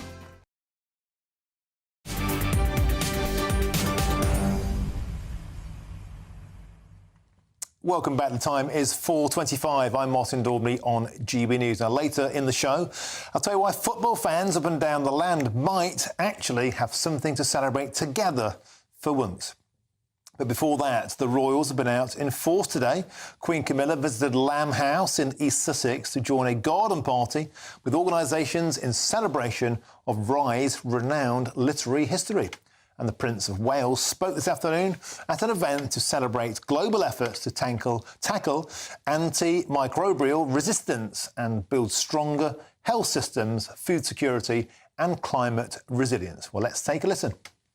Antimicrobial resistance threatens our health, our environment, our livelihoods and our future.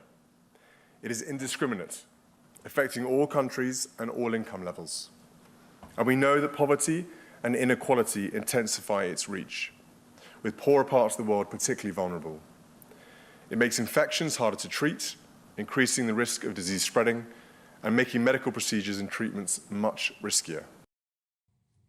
Superb stuff. Well, joining us now is our royal correspondent, Cameron Walker. Cameron, welcome to the show. Well, after all the hoo-ha of the Nigerian tour, it's great to be back to some proper working royal activity. Tell us the details.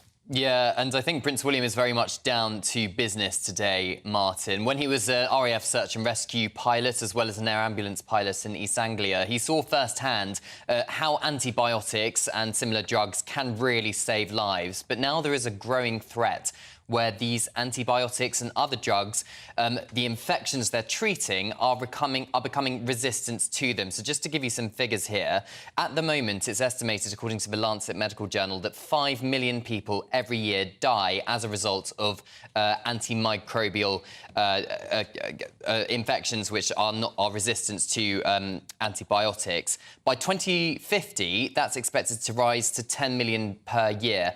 The British government also sees this as a big problem, and it appears they're using Prince William as a bit of an asset here with his power of soft diplomacy. So Prince William delivered a speech in front of global politicians as well as United Nations representatives in London today to talk about this issue, at the same time as the government unveiled £85 million, or up to £85 million, to support the international community to tackle this issue. Prince William's also become a patron of a new centre based in central London, in Paddington, bringing together lots of different world experts to try and work out what can be done to solve this. So Prince William's been very busy. He's also, I'm told, very passionate about this. And obviously, this global power of soft diplomacy, can speak a lot more than, let's say, a number of politicians in the United Kingdom. And Queen Camilla as well, out and about doing cracking work. Yeah, she is. The garden party, as you mentioned in your intro there, but the whole theme of today of the Queen in East Sussex is all about the importance of literacy. It's a cause she cares for deeply. I suppose the biggest highlight of today was with the Children's Laureate Joseph Coelho speaking to a number of primary school children about their favourite books, the importance of reading, and how, of course, that can really help with their life chances later on down the line. So it's been a very productive day for Queen Camilla, highlighting the importance of literature, something she really cares about. Excellent stuff, Cameron Walker. That's the way to do it, not swanning around in 6 or 7 outfit changes. Not you, I, of course, mean Meghan Markle. Always a delight, Cameron Walker. Thank you very much for that royal update. Now, here's a story I'd like to talk about. Sadiq Khan is in the Vatican City today. The Mayor of London is making a speech where he will highlight his efforts to place London at the vanguard of world cities, aiming to tackle, of course, climate change.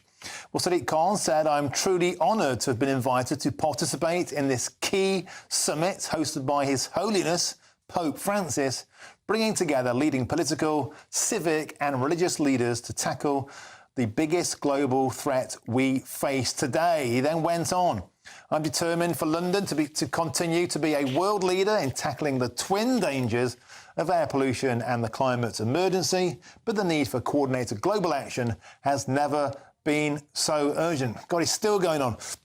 As mayor of one of the most diverse cities in the world, where we celebrate the huge contributions of different religious communities, it will also be an honour to discuss how faith and cooperation between different faiths can be a force for so much good. But here's my point. Why on earth is Sadiq Khan flouncing around on the world stage talking about climate change? Well, there are 40 cities, the C40 cities. This is a gathering of global mayors who get to grandstand about their climate policies. And, of course, it allows Sadiq Khan to take some credit for ULEZ, all of which got me thinking, would he give the Pope Mobile an ULEZ ticket while he's over there? What about the smoke that comes out of the chimney when a new Pope comes in? Might Sadiq Khan have his beady eye on that? Dish out a few fines while he's there? Now, I'm joking, of course. But seriously, how does this make you feel? Sadiq Khan being invited by the Pope to the Vatican, will that get you clutching your rosaries, saying Hail Marys? Is this really appropriate? Or is it a right royal waste of time? A holy mess. Now, there's lots more still to come between now and 5 o'clock. Is Sir Keir Starmer the man to clean up British politics? Well, I'll be joined by a journalist who says he won't be able to do that task. But first, it's your headlines, and it's Tatiana Sanchez.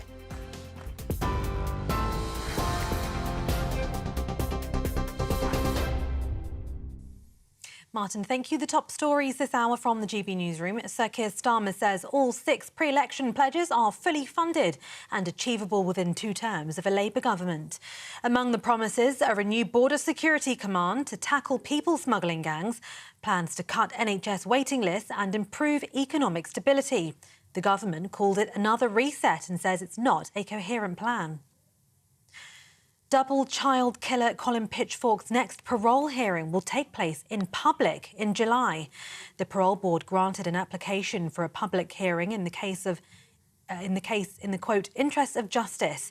Pitchfork was jailed for life for raping and strangling 2 15-year-old girls, Linda Mann and Dawn Ashworth, in Leicestershire in 1983 and 1986.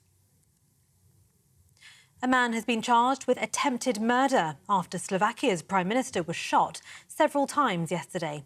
The suspected attacker is a 71-year-old poet and former security guard. The Interior Minister says the attack was politically motivated. It comes after Robert Fico's government approved a proposal to crack down on press freedom by abolishing the country's public broadcaster. South West Water has apologised for a waterborne disease outbreak in Devon after a parasite was found in a key reservoir. Residents in parts of Brixham and Ulston were told to boil their drinking water yesterday after small traces of the parasite Cryptosporidium were found in the Hillhead Reservoir. Totnes MP Andrew Magnall says it was caused by a damaged air valve, which could have allowed animal waste or other substances into the reservoir. For the latest stories, sign up to GB News Alerts by scanning the QR code on your screen or go to gbnews.com/alerts.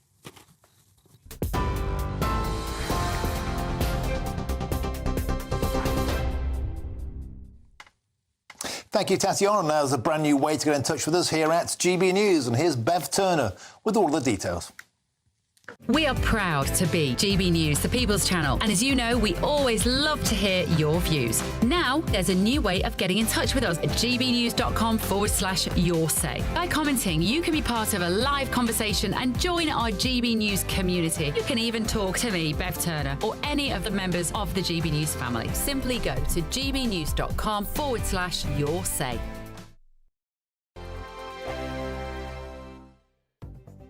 The latest GB News travel. Good afternoon, I'm Jules Buckley with the latest. Clockwise M60 queuing before Prestwich at junction 17. Not topped by the earlier broken down vehicle. That's been cleared, all lanes open, but is still struggling, as it is on the southbound M6. A slow going, but all lanes open following an earlier breakdown. That's from Stoke at 15, heading south towards the Stafford services. Patchy queues for the M25 anti-clockwise. Now, firstly, from the M23 at 7 to Godstone at junction 6, there were 2 lanes shut for an earlier bump. That's cleared. The congestion hasn't. Lane 1 is coned off anti-clock as well, just at the turn off at Darren for the A2. At junction 2, there's a breakdown there. And queuing for a breakdown as well, anti-clockwise around Dartford from 1B to 1A. That lane closure in place and is still causing congestion this afternoon. That's the latest. You can stay up to date throughout the day by visiting our website, gbnews.com. This is GB News, Britain's news channel. Between 1955 and 1989, an average of 55 nuclear tests were conducted across the globe each year. More than 30,000 young British and Commonwealth servicemen served at British test locations in Australia and the Pacific Ocean. But in the years since, those who were involved say they've been ignored and lied to about their exposure to radiation. For decades, Lab Rats International has represented the millions across the world exposed to fallout from the testing programmes and the families who still suffer today from illness and deformities. Last year, the government unveiled the Nuclear Test Medal, recognising the military, civilian and overseas staff and personnel who participated in Britain's nuclear testing programme in the 1950s. But for Lab Rats founder Alan Owen, whose own father was a nuclear test veteran, the work is only just beginning. In September, they launched a legal challenge to the Ministry of Defence to provide the test veterans full medical records, which they say they've been denied access to. We sit in this bubble as the nuclear test veteran community, fighting against the establishment. And they will say, ministers will go in Parliament and say, all you've got to do is apply for your medical records and they'll give them to you. It just doesn't happen. It's not a reality. They're not there to as easy, as accessible as just applying. They will fight you all the way. They will delay it. In response, a government spokesperson said, "We are grateful to all service personnel who participated in the British nuclear testing programme, which is why we have formally recognised them with an official medal. Nuclear test veterans who believe they have suffered ill health due to service have the existing and long-standing right to apply for no-fault compensation under the War Pensions Scheme." The fight for these veterans and their families lives on, because thousands who came before never got the recognition and justice for their service. We're GB News, and we come from a proud tradition of British journalism. That's why I'm so excited to be here. It's something so new. The first news channel to be launched in Britain in over 30 years. Launched to represent the views of the British people. To go where other broadcasters refuse to go. How did you find out about the story in the first place? Launched with one aim. To be the fearless champion of Britain. It's an absolutely fantastic atmosphere here. This is GB News. GB News, Britain's news channel.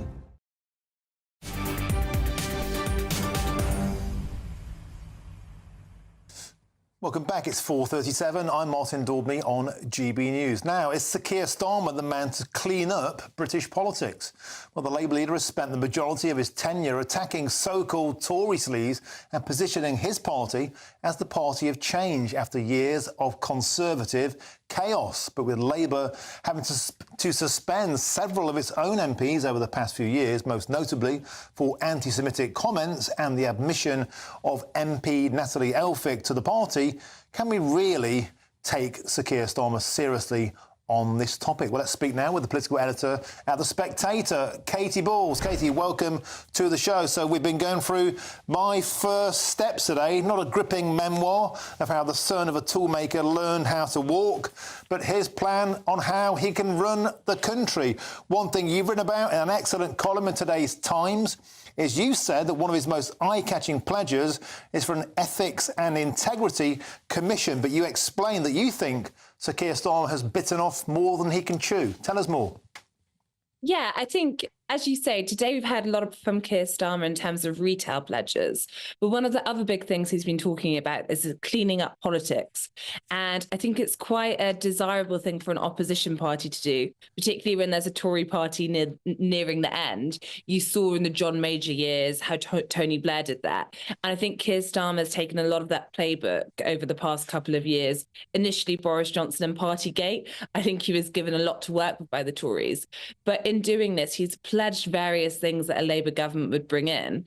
And I think as Labour gets closer to power and has potentially a lot of power to decide what it does, there are some concerns in the Labour Party that some of the things they've announced, so, you know, ban on second jobs, the Ethics and Integrity Commission, whether or not you'd have independent figures or officials deciding when to investigate ministers rather than the Prime Minister, could actually be a real problem for a Labour government and leave the Prime Minister fairly powerless on some of the key decisions around his team. So I think it's a reality of making what I think, you know, is something that sounds very good into something you can work with. I mean, Tony Blair used to say, he initially said he was mischaracterized, but he talked about politics and how he wanted his party to be whiter than white, purer than pure. And he later came to say that he regretted it because a game that was good to play in opposition came back to haunt them when they were the ones in charge. And Katie, a fascinating point you make, an excellent point, is the size of the majority, if it is anything approaching a 1997-style majority, although, of course, the party are being more cautious. Rishi Sunak would like to think it could be a hung parliament. But if it is a big majority, then, of course, that brings the added hazard, doesn't it, of lots of new candidates who might not have been thoroughly vetted. And that always carries the danger, Katie, of a few wrong-uns getting through the cat flap. Exactly. And we know that the Labour Party has taken candidate selection very seriously for these very reasons since Keir Starmer took over. But of course, you can't pick every single candidate. And also, if Labour win a majority, I think even a majority of one, you're going to have the highest number of new MPs entering this parliament, I think, in modern history. And that means a lot of Green MPs who don't know the ropes and could fall into various pitfalls. So they're doing lots of training. But I think it is something that is beginning to worry figures, which is if you have this huge majority, how do you get everyone to behave? And also, if at the same time you're banning second jobs, now you can say that's a good thing to do for lots of reasons. But if you're banning second jobs and there's, you don't have enough promotions to go around, you're going to have a lot of MPs with a lot of time on their hands. And that isn't always a good thing in Westminster with its various watering holes. Indeed, and you make a great point here. You say one of these Blair-era figures said that discipline goes out the window as soon as candidates are elected and have a mandate. Then they get to go playing. Exactly. Well, and look, perhaps these Labour stormtroopers, they've been called, are going to be, better behaved than the Tory 2019 intake of Tory MPs. It wouldn't be too hard to do, but there is something psychologically speaking to Labour grandees about as soon as you are elected, I think you start to think about your majority. You start to think that you had a bit to do with it. It wasn't all your leader, Keir Starmer, and that does make things more complicated. Whereas right now, the shadow cabinet and candidates, everyone is being on their absolute best behaviour because they don't want to be blamed for something going wrong in Labour's path to power. So we've had Stormageddon and now we've got the Stormtroopers. Well, it's going to be a long few years, isn't it? Thank you very much, Katie Balls, the political editor at The Spectator. It's a delight to have you on the show. Thank you very much. Now, the British military is rapidly developing a game-changing weapon system, and our Homeland Security editor Mark White will join me shortly to explain this superb new tech. I'm Martin Daubney on GB News, Britain's news channel.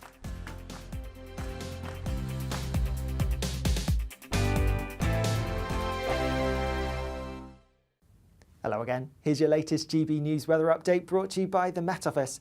It will turn mostly dry overnight and it will be dry for many of us tomorrow. But before then, we do have some heavy rain around at the moment, currently across central parts. That's been driven by an area of low pressure that is pushing its way westwards, and that's then pushing the heavy rain westwards as we go through the end of the day. So it is going to clear away, but before then we could have some heavy rain, particularly as we go through this evening's rush hour, could cause some problems on the road. Otherwise, we are likely to see most places turning dry overnight, although just a few spots of rain where the clouds thick enough across some northern parts of England perhaps. There will be some clear skies, but temperatures aren't going to drop a huge amount, so for many it is going to be a relatively mild start to the day on Friday morning, minimum of around 11 and 12 Celsius for most places. If we look at the details for tomorrow morning and across Scotland, it's a largely fine start. Plenty of sunshine here, though perhaps towards the Western Isles a bit more cloud and some outbreaks of rain. Also a bit more cloud across southern parts of Scotland and into Northern Ireland and Northern England too, and this cloud could bring a few outbreaks of rain first thing tomorrow morning, but nothing especially heavy. Heading further south across the rest of England and Wales, lots of fine sunny weather to be had, but some mist and fog patches possible across parts of the southeast. Any mist and fog, though, will quite quickly clear tomorrow morning, and for many, tomorrow actually looks like a largely fine day. Yes, there will be some showers around, but these will be quite hit and miss, so most places are likely to avoid them. But the showers across parts of Scotland, particularly central Scotland, could turn heavy and possibly thundery. With some decent sunshine around, temperatures for many are likely to be a little bit higher than today, more widely getting into the low 20s Celsius, so feeling pretty warm in that sunshine too. More fine weather to come across northern parts as we go into the weekend, but further south it's looking quite showery, especially on Saturday, perhaps fewer showers on Sunday. Temperatures still above average for the time of year, so feeling warm in any sunshine. Are the newspapers getting you down? My wife didn't divorce me that month. Struggling to separate the wheat from the chaff? I know that it's a bit of a circus at the best of times. Well, don't worry, Headliners has got you covered. We'll take the burden of reading the day's news, and if we get depressed, who cares? It's an occupational hazard, frankly. That's Headliners on GB News from 11 p.m. till midnight, and the following morning, 5 till 6 a.m. on GB News, the comedy channel. Nah, just kidding. Britain's news channel. Join me, Neil Oliver, every Sunday night at 6 p.m. on GB News. And if an hour is not nearly enough for you, go to gbnews.com for special extended episodes online every Friday at 9 p.m, where we can truly get into the nitty-gritty of what's going on. GB News, Britain's news channel. I'm Nana Acquia. This is GB News, Britain's news channel.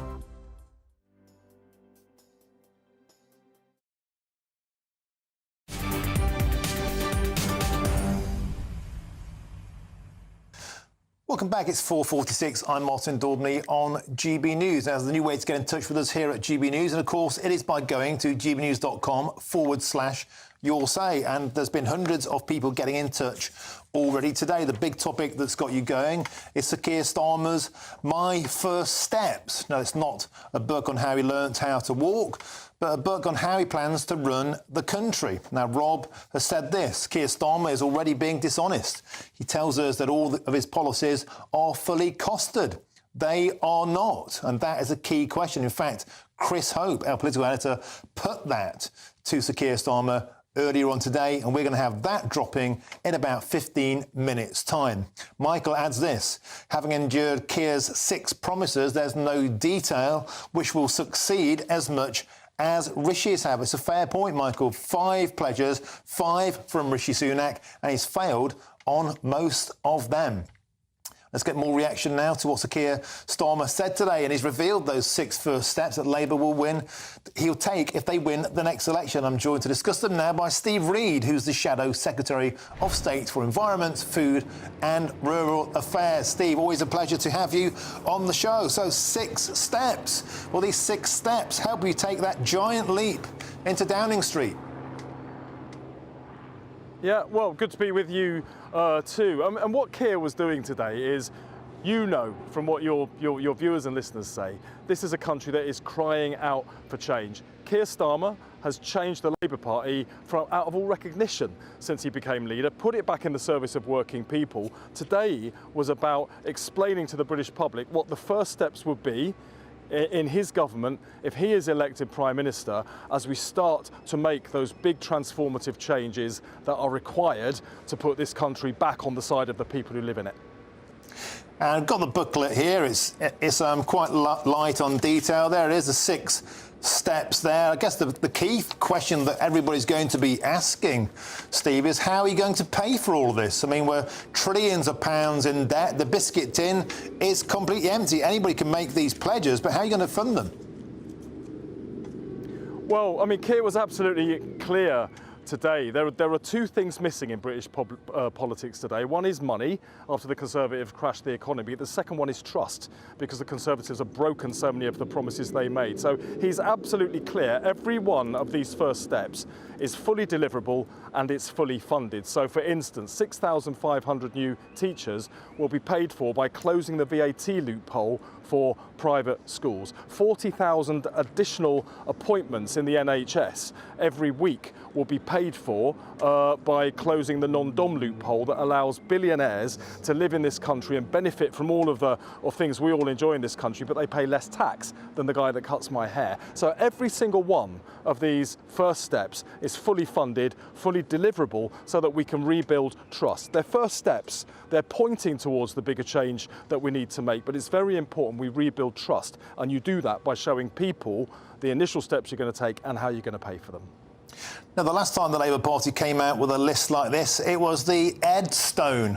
And, of course, that sank without trace. But what's key here, Steve Reid, is that 4 out of the 6 pledges that Sir Keir Starmer made today were the same ones that Ed Miliband made all those years ago, before the Ed Stone was turned into landfill.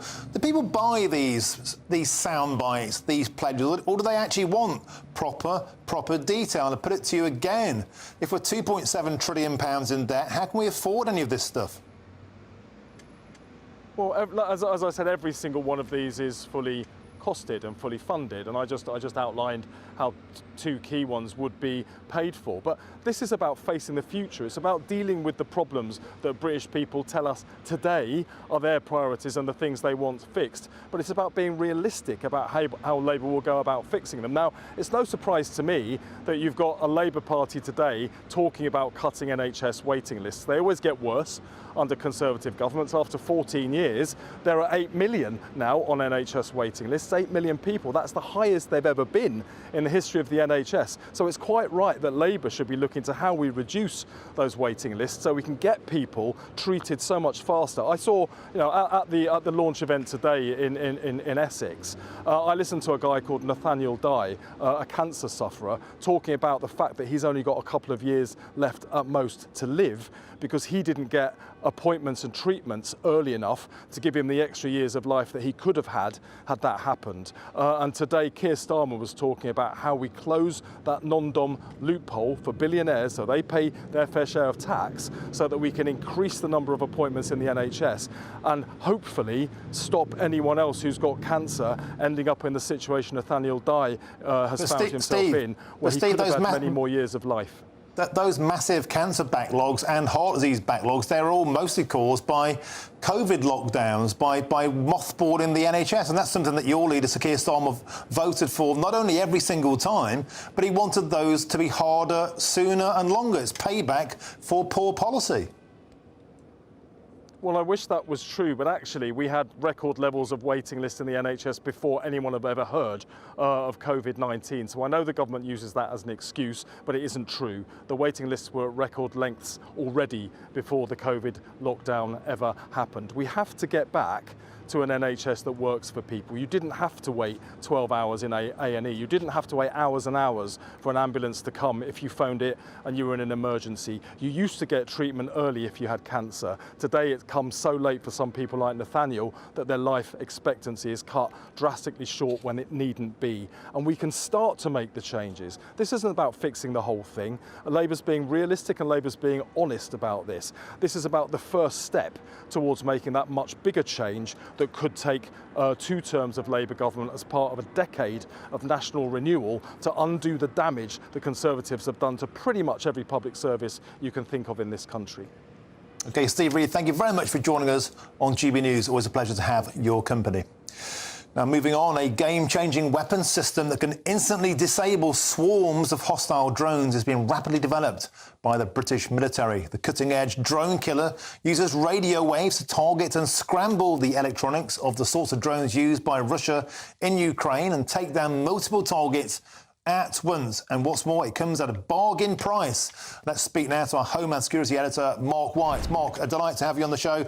British military often gets a knocking, but this sounds excellent. Tell us more. Well, I think we're seeing the first tangible signs that defence and the defence industry is moving, as the Defence Secretary has asked, towards a pre-war footing. And we've seen it just recently, of course, with the Dragonfire laser system that will be rolling out onto Royal Naval vessels within the next few years to take down drones and missiles.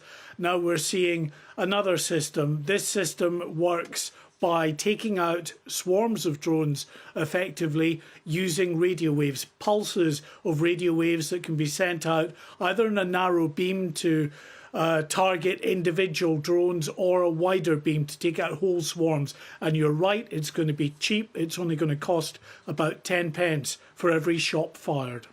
Astonishing stuff, Mark White. Thank you very much for that, literally that quick blast. Now, about to bring you a brand new interview with Sir Keir Starmer with our political editor, Chris Hope. Stick with us, all the details right after this. I'm Martin Daubney on GB News, Britain's News Channel. First, your weather with Alex Burkham. A brighter outlook with Box Solar, sponsors of weather on GB News. Hello again. Here's your latest GB News weather update brought to you by the Met Office. It will turn mostly dry overnight and it will be dry for many of us tomorrow. But before then, we do have some heavy rain around at the moment, currently across central parts. That's been driven by an area of low pressure that is pushing its way westwards, and that's then pushing the heavy rain westwards as we go through the end of the day. So it is going to clear away, but before then, we could have some heavy rain, particularly as we go through this evening's rush hour, could cause some problems on the road. Otherwise, we are likely to see most places turning dry overnight, although just a few spots of rain where the clouds thick enough across some northern parts of England perhaps. There will be some clear skies, but temperatures aren't going to drop a huge amount, so for many it is going to be a relatively mild start to the day on Friday morning, minimum of around 11 and 12 Celsius for most places. If we look at the details for tomorrow morning and across Scotland, it's a largely fine start. Plenty of sunshine here, though perhaps towards the Western Isles a bit more cloud and some outbreaks of rain.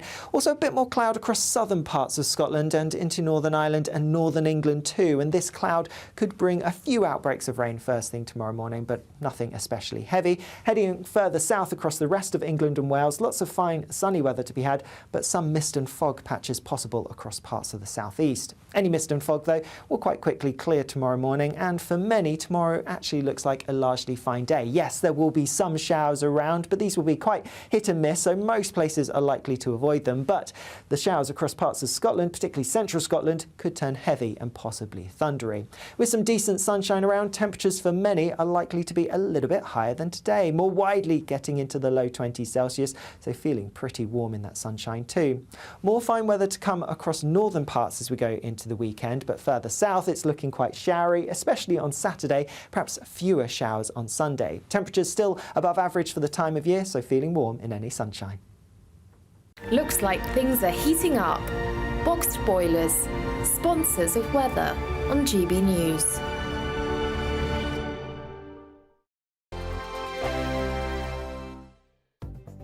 The latest GB News travel. Good afternoon, I'm Jules Buckley. Let's go to Staffordshire firstly. Kingsley, the A52 between the Kingsley Hope turnoff and the Cheadle turnoff in Froghall, that remains closed off to deal with a lorry fire. Northbound A1M, the exit slip coming off at Barton. Junction 56 part blocked to breakdown there. And there's one as well in Cardiff for the eastbound M4, junction 33 to 32. Into London, the Pentonville Road eastbound towards King's Cross Road is blocked, queuing back towards the University College Hospital. A collision there is causing delays. The QE2 bridge clockwise, the M25 lane 1's out for a breakdown. That is slow going, anti-clock looking slow. This follows an earlier bump. That's from the M23 at 7 through towards Godstone at 6. As I say, it's looking slow from the earlier collision there. All lanes back open though. That's the latest. You can stay up to date throughout the day by visiting our website, gbnews.com. You really could be our next big winner with an incredible £20,000 in tax-free cash to play with this summer. What would you spend that on? Well, whilst you're thinking about it, listen to some of our previous winners getting that winning phone call from us. I'm Charles. I'm on £18,000 cash. It was just amazing, and as soon as it goes into your bank account, it just changed. It's a life-changing thing. Just go for it. It's an absolute must. You must try and go for it. The next winning call could be answered by you. For another chance to win £20,000 in tax-free cash, text PRIZE to 63232. Text costs £2 plus one standard network rate message. Or post your name and number to GB05 PO Box 8690 Derby DE1 9TT. UK only. Entrance must be 18 or over. Lines close at 5 p.m. on the 31st of May. Full terms and privacy notice at gbnews.com/win. Please check the closing time if listening or watching on demand. Good luck. I'm Patrick Christys. Every weeknight from 9, I bring you 2 hours of unmissable, explosive debate and headline-grabbing interviews. What impact has that had? We got death threats and the bomb threats on. Our job is to do what's in the best interest of our country. You made my argument for me. My guests and I tackle the issues that really matter with a sharp take on every story. I'm hearing it up and down the country. That was a beginning, not an end. Patrick Christys tonight from 9 p.m. only on GB News, Britain's news channel. We're GB News, and we come from a proud tradition of British journalism. That's why I'm so excited to be here. It's something so new. The first news channel to be launched in Britain in over 30 years. Launched to represent the views of the British people. To go where other broadcasters refuse to go. How did you find out about the story in the first place? Launched with one aim. To be the fearless champion of Britain. It's an absolutely fantastic atmosphere here. This is GB News. GB News, Britain's news channel.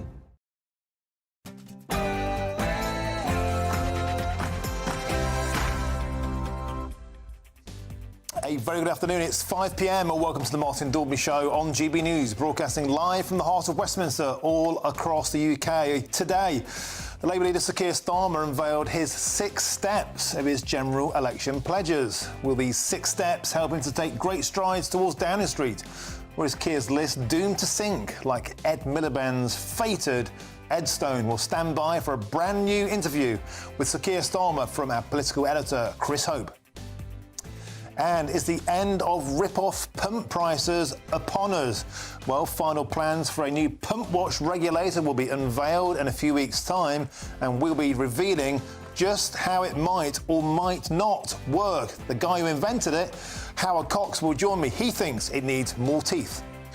And Brits could face hundreds of cancelled flights as a safety crisis at Boeing leads to aircraft shortages. Are Boeing planes up to scratch, or are they too dangerous? I'll be joined by an aviation expert to discuss all of that between now and 6 o'clock.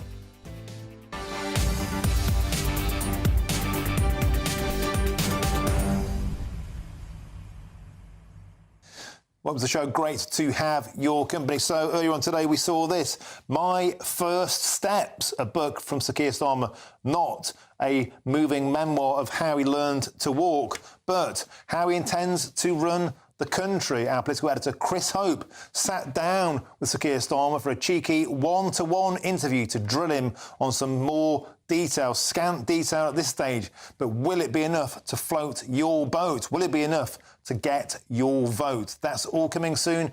Get in touch all the usual ways. Do you trust Sir Keir Starmer? Has he done enough to convince you? Perhaps you voted Conservative last time. Are you ready to flip-flop to the Labour Party? Get in touch, gbnews.com/your say. But before all of that, it's your headlines with Tatiana Sanchez.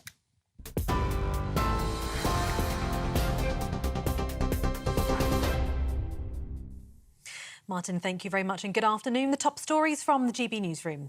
Sir Keir Starmer has told GB News there'll be no tax cuts under a Labour government until the economy is back on the path to growth. The Labour leader says that while he wants to keep the tax burden as low as possible, he also wants to ensure that living standards improve. He said British people deserve to know that future generations will enjoy better opportunities, but that can only be achieved with tangible steps. Wherever we have said we will raise taxes, we've set out what we'll raise and what we'll spend the money on. So what you did hear this morning is that we're going to get rid of the tax break for private schools and use that money for the teachers we need in our state secondary schools. What you did hear is we're going to get rid of the non-dom status properly and use that money towards reducing waiting lists. The tax burden on people is as high as it's ever been under this government. This has been the tax rising government of all time. More from that interview with Sir Keir Starmer in just a moment. In other news, South West Water has apologised for a waterborne disease outbreak in Devon after a parasite was found in a key reservoir. Residents in parts of Brixham and Ulston were told to boil their drinking water yesterday after small traces of the parasite Cryptosporidium were found in the Hillhead Reservoir. The UK Health Security Agency says 22 people are confirmed to have the disease, and as many as 70 other cases of diarrhoea and vomiting are also under investigation. The Tory MP for Totnes and South Devon said residents are likely to have to boil tap water for another week following the discovery. Double child killer Colin Pitchfork's next parole hearing will take place in public in July. Pitchfork was jailed for life for raping and strangling two 15-year-old girls, Linda Mann and Dawn Ashworth, in Leicestershire in 1983 and 1986. Lawyers for the families of Lucy Letby's victims say an inquiry into her crimes should be live-streamed in an effort to prevent conspiracy theories. The former nurse was sentenced to 14 whole life orders after she was convicted of murdering 7 babies and attempting to murder 6 others. A lawyer representing the families of 6 victims says the case continues to attract conspiracy theorists, and hearing from the people involved would be an effective way to tackle them. It comes after the New Yorker magazine published an article about the case under the headline, "Did She Do It?" A 6-year-old boy has died after falling from an apartment block in East London. It's understood the child fell from the upper floor of a building in Plaistow shortly before 6 o'clock this morning. The death is being treated as unexpected, and authorities are still working to establish the full circumstances. In other news, teenagers could be recruited to help plug a shortage of train drivers under new proposals put forward today. The government is asking for views on lowering the minimum age for drivers from 20 to 18, which it says would help build resilience across the railway. The average age of a driver is 48, and the workforce is projected to shrink over the coming years, with many due to retire. It's hoped the proposal will set thousands of young people on track to a career in transport. Junior doctors in England are holding fresh talks with the government in an effort to end their long-running dispute over pay. It's hoped the negotiations will help avoid further walkouts, with doctors demanding a 35% pay rise. Health Secretary Victoria Atkins says she's pleased the British Medical Association have agreed to the mediation. Since I was appointed as Secretary of State in November, I've worked incredibly hard to try to tackle industrial action, because we know that in the last year it has led to some 1.4 million appointments being cancelled, and that has a real impact for patients. And so this is, I hope, a welcome step forward with the Junior Doctors Committee of the BMA to ensure that conversations about pay, but also working conditions, can happen in private. And a new film about Donald Trump's rise to power in the 1980s has been picked up at the Cannes Film Festival. Titled The Apprentice, it stars Sebastian Stan as the young Trump as he forges a deal with the influential right-wing lawyer and fixer Roy Cohn, played by Succession star Jeremy Strong. The film is due for release by Studio Canal later this year. For the latest stories, you can sign up to GB News Alerts by scanning the QR code on your screen, or you can go to gbnews.com/alerts. Now it's back to Martin.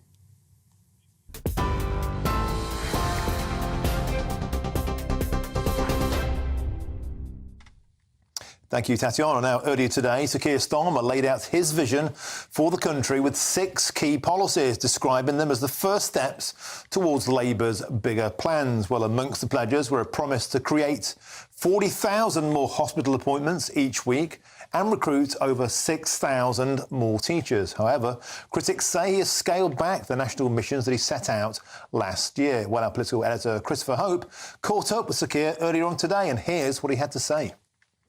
Keir Starmer, thanks for talking to GB News. What is this? Is it a pledge card?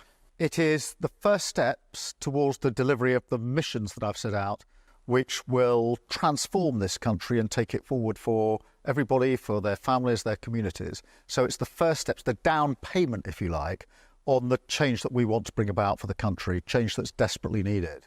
Thank you. Then number 3, launch a new border security command. You're not saying stop the boats. You're not talking about the outcomes, just how you're going to do it. Why is that hopeful for people who want to deal with legal migration? I want to be really clear. Nobody but nobody should be making that journey across the channel in a small boat. This government has lost control of our borders, and that is a serious challenge for any government or would-be government. The question is, how do you respond to that challenge? I think that we can smash the vile gangs that are running this trade, that are making a fortune putting people into boats and breaching our border security. I'm not prepared to put up with that, and that's why I think the serious answer is to smash the gangs. A gimmick such as Rwanda, which cost a fortune and removes less than 1% of those arriving by a small boat, is not going to work. So here's a contrast with the government. I want to tackle a very real problem with a serious response. I'm not interested in gimmicks. Do you worry there's lack of sunny-up plans in this? It's all a bit vague and a bit unclear, even on deadlines. There's no deadlines for these first step pledges. If I think of the people who are on a waiting list at the moment, I referenced a woman in a service station that I met who desperately needs an eye operation. She just wants that operation. This will be the sunny uplands for her because it lifts a huge burden off her. So that's the practical delivery that she's looking for. People who need the stability of the economy so that they can afford a house to live in. A fireman I was talking about in Milton Keynes, he's got 3 jobs and he can't afford a house. The sunny uplands for him is having a roof over his head that is his own. And, you know, I think perhaps because of my background, I understand what ordinary hope is. It is about being able to get on in life, realise your aspirations and your opportunity. Tito, who was talking about her teachers. These are the sunny uplands. This is the hope that people have. It's the hope my parents had, which is, despite the ups and downs of life, the comfort of knowing your children will have better opportunities and future. And we need to get that hope back, but we'll only do it with tangible steps on the road to big change in our country through the missions. Number 1 of these first steps, deliver economic stability. No mention of cutting taxes, even in the small print, no mention of cutting taxes. Why not? Well, because wherever we have said we will raise taxes, we've set out what we'll raise and what we'll spend the money on. So what you did hear this morning is that we're going to get rid of the tax break for private schools and use that money for the teachers we need in our state secondary schools. What you did hear is we're going to get rid of the non-dom status properly and use that money towards reducing waiting lists. The tax burden on people is as high as it's ever been under this government. This has been the tax rising government of all time. I mean, Rishi Sunak is the expert's expert when it comes to tax rises. I don't think that's the way forward. What we need to do is pull a different lever, and that is economic growth. That will only come with economic stability. That's why it's step 1. And then tax cuts might come when you've got the growth, is the point, I suppose. Well, look, I want the burden on working people, as far as tax is concerned, to be as low as possible. I won't shy away from that. But I do know that we have to grow the economy to ensure that living standards across the country improve, which is so desperately needed. Your opponent, the Prime Minister, said on Monday that you're someone who backed Jeremy Corbyn in 2019, a left-wing politician. Now you're backing Natalie Elphicke, a right-wing politician. What do you stand for? Do you stand for anything? Are you that desperate to get into power, you'll back all these different people from different parts of the political view? Well, I would gently remind the Prime Minister that Jeremy Corbyn will not stand as a Labour candidate at the next election. This is a changed Labour. You backed him in 19. He is not able to say the same about his predecessor, who smashed the economy, and working people are paying the price. If he was serious about the future, he would ensure that Liz Truss wasn't a candidate at the next election, but he's too weak to do that. So I've led from the front. I've changed my party. This is a party back in the service of working people. What we are now seeking, humbly seeking, is the opportunity to change the country and put the country back in the service of working people. And are you the heir to Tony Blair? Well, look, ever since I've been Labour leader, people have tried to sort of box me into being a previous Labour leader. Tony Blair was a fantastic leader. He won 3 elections. And there was huge change under the last Labour government. But that was 27 years ago. The challenges now are different. And I have to lead my party, and I hope, humbly, to lead the country to deal with the challenges we now face, so that with a Labour government, people can genuinely say, I'm actually better off. My family, my community, my country is moving forward. And just finally, I read you're good at football. I see pictures of it. Would you prove it to GBNews viewers? Maybe my colleague Martin Daubney, who plays amateur football in his spare time, and by doing 100 keepy-uppies on camera? No. Because you can't. No, only a fool would commit to that. Keir Starmer, thank you for joining us today on GB News. Thank you. Thank you. Cheers. Thank you very much for asking that question. He should have taken up the challenge, because I'm not very good at keepy-uppies. But on a serious point, let's delve back into this. The question about are you the heir to Blair, I thought was a brilliant question. He had the chance there to play himself as a future leader in the mould of Blair. Now, looking back to that election, no matter what happened afterwards, Tony Blair offered a hope-filled, optimistic, patriotic, pride-filled vision for the United Kingdom. Things can only get better. What I got from that interview was that things can't get much worse. Yeah. And to line up that idea is definitely true, I think, from hearing Keir Starmer speak there. There's no indication of the so-called sunning up plans. I asked that question because if you're in opposition, you're meant to sketch some hope, some kind of 5 years hence where we would be as a nation. And it seemed more like solving the problems for the past than saying what you'll do in the future. It's a point I think the PM picked up, Rishi Sunak on Monday. He said, don't let Labour depress you to the ballot box. And it's almost supporting that idea. I just wonder, where is the hope? Where's your optimism? He answered quite interestingly by saying forget the big picture, he wants to help the individuals, the micro level, help them sort their problems out, get someone being treated on NHS, sort out an issue with antisocial behaviour. And I think that's quite a good way of answering it. But from someone like Sir Keir Starmer, and don't forget, this is called My First Steps, not our first steps, it's my first steps. He's trying to say why I'm the person who should be our Prime Minister after the end of this year. And he didn't kind of give us that vision thing. That may come in the future. This is a retail offer for voters, for GB News viewers. What I thought was telling there as well, I mean, it's astonishing to believe, and we say it time and time again, we have the highest taxes since World War II. A lot of people think we voted for the Conservative Party and we got Corbynism. When you specifically asked Sir Keir Starmer today, when are you going to cut taxes? He didn't answer it. People want that. They care about the pounds, the pence. It's the economy, stupid. There's an opportunity there. Sir Keir Starmer didn't give an answer today. That's right.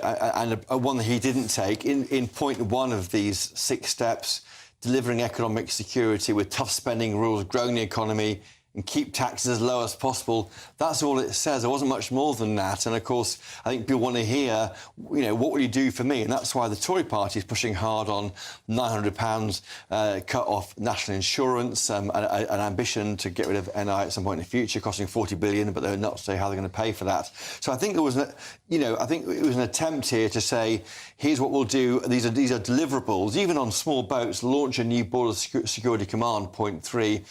Not saying stop the boats like the Tories do. Arguably, that is a deliverable, whereas the Tory idea is not going to happen. They are not going to stop the boats. And so maybe they're being more realistic with these ideas. And is that part of the tactic? We often say, perhaps unfairly, that Sir Keir Starmer is a bit of a Mr Magnolia. He doesn't really go big on the personality. He's in Purfleet today, a swing seat in Essex, white van man, Essex man, the Red Wall. That'll be key. He had his tie off, he had his sleeves rolled up, man of the people mode. But the big question is, you know, are people looking for something that wasn't on offer today? They want someone that's going to be dynamic, you know, cut through the mustard.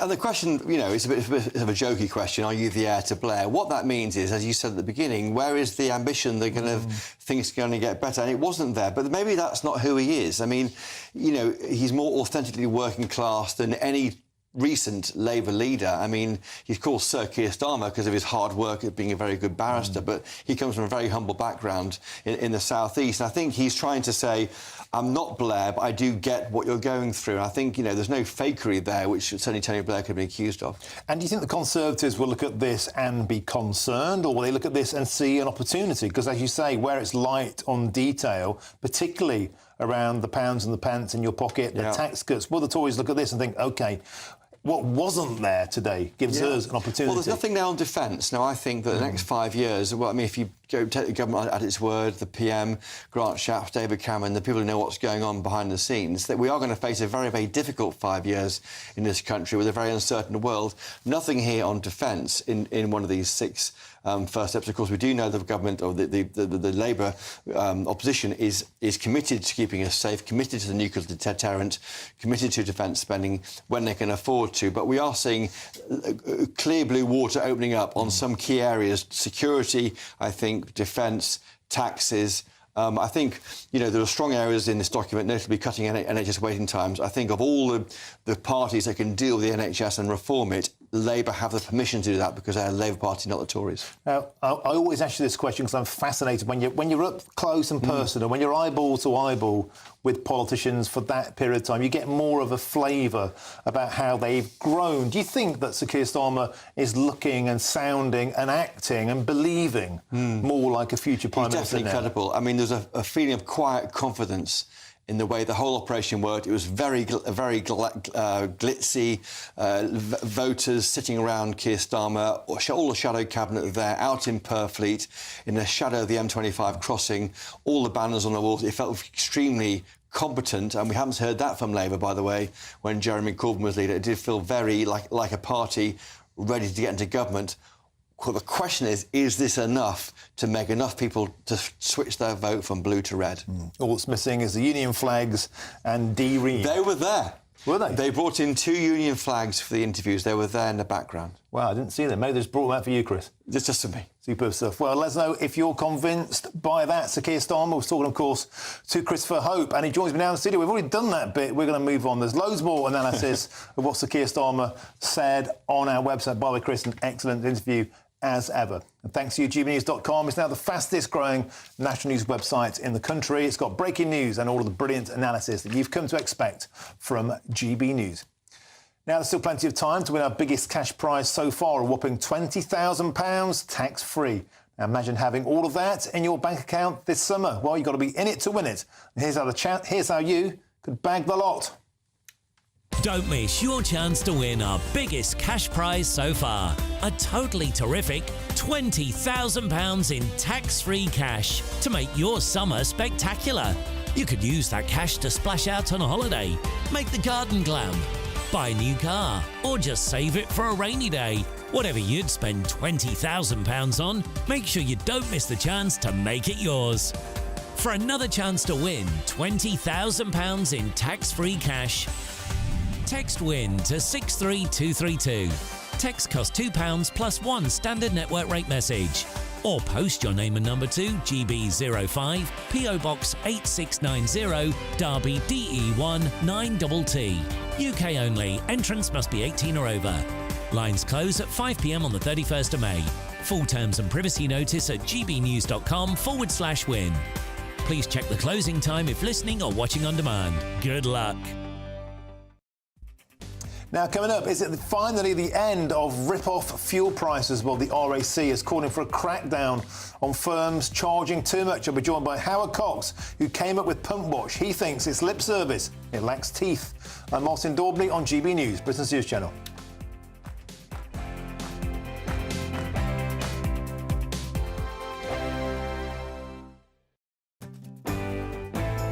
Hello there, I'm Eamon Holmes. Thank you for joining us on GB News, Britain's news channel. In the GB newsroom, we bring you the news as it happens. With our team of dedicated journalists across the UK, GB News brings you accurate reporting of the day's topical agenda. When the news breaks, wherever and whenever it's happening, we'll be there. This is GB News, the People's Channel, Britain's news channel. This is GB News, Britain's news channel. Prince Harry, remember him? He appears to have fully turned his back on the UK as he listed his primary residence as the United States for the very first time in papers published yesterday. So interestingly, Harry listed the date on the formal US residency forms as the 29th of June 2023, last year. So that was the very same day he was kicked out of Frogmore Cottage in Great Windsor Park by his dad, the King. Charlotte, thank you for joining me. Okay. Are we just putting two and two together here with the significance of this date? Because there were stories during the rounds today that Harry chose that date specifically because he was so hurt about being booted out of Frogmore by his dad. Yeah, I mean, to me it feels like he's trolling his dad a bit, because he could have said that he's been a US resident since 2020 when he quit the UK and moved to the States, but instead he chose the exact day that his dad kicked him out of Frogmore. But the reason his dad kicked him out of Frogmore was because he'd slagged off Camilla in Spare. And, you know, and his dad, apparently it was a really difficult decision for Charles, because, of course, no dad wants to kick their son out of their home. But he went beyond the pale. So Charles took the difficult decision to say, look, Frogmore's been empty for years anyway. We've spent £2.4 million doing it up for you. And now you've, you know, insulted our family in your book, Spare. Why is he so hung up on Frogmore? Because this is the country he was desperate to get away from. This is a house he didn't particularly want to live in and, in fact, didn't live in. Well, he was forced, by the way, to pay £2.5 million to fund the renovations after it all kicked off. I mean, would that have anything to do with... Yeah, I mean, I'm sure that sort of galvanised his anger towards the whole situation. He thought he was getting a fantastic freebie. And there was, you know, there were a few reports at the time that Meghan actually thought she was moving into Frogmore House, which is a much grander property. And she sort of felt a bit sort of tricked or confused and hadn't quite realised it was actually a cottage, which is only a mere, I think it was only a mere 8 bedrooms. Monday to Thursday nights on GB News with Dubes & Co from 6, followed by Farage at 7. At 8, Sir Jacob Rees-Mogg addresses the state of the nation. And at 9, join Patrick Christys Tonight, followed by Headliners at 11. Only on GB News, Britain's news channel.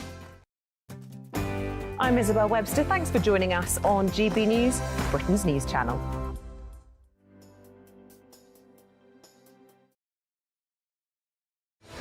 I'm Patrick Christys. Every weeknight from 9, I bring you 2 hours of unmissable, explosive debate and headline-grabbing interviews. What impact has that had? We got death threats and the bomb threats on. Our job is to do what's in the best interest of our country. You made my argument for me. My guest and I tackle the issues that really matter, with a sharp take on every story. I'm hearing it up and down the country. That was a beginning, not an end. Patrick Christys Tonight from 9 p.m. only on GB News, Britain's news channel.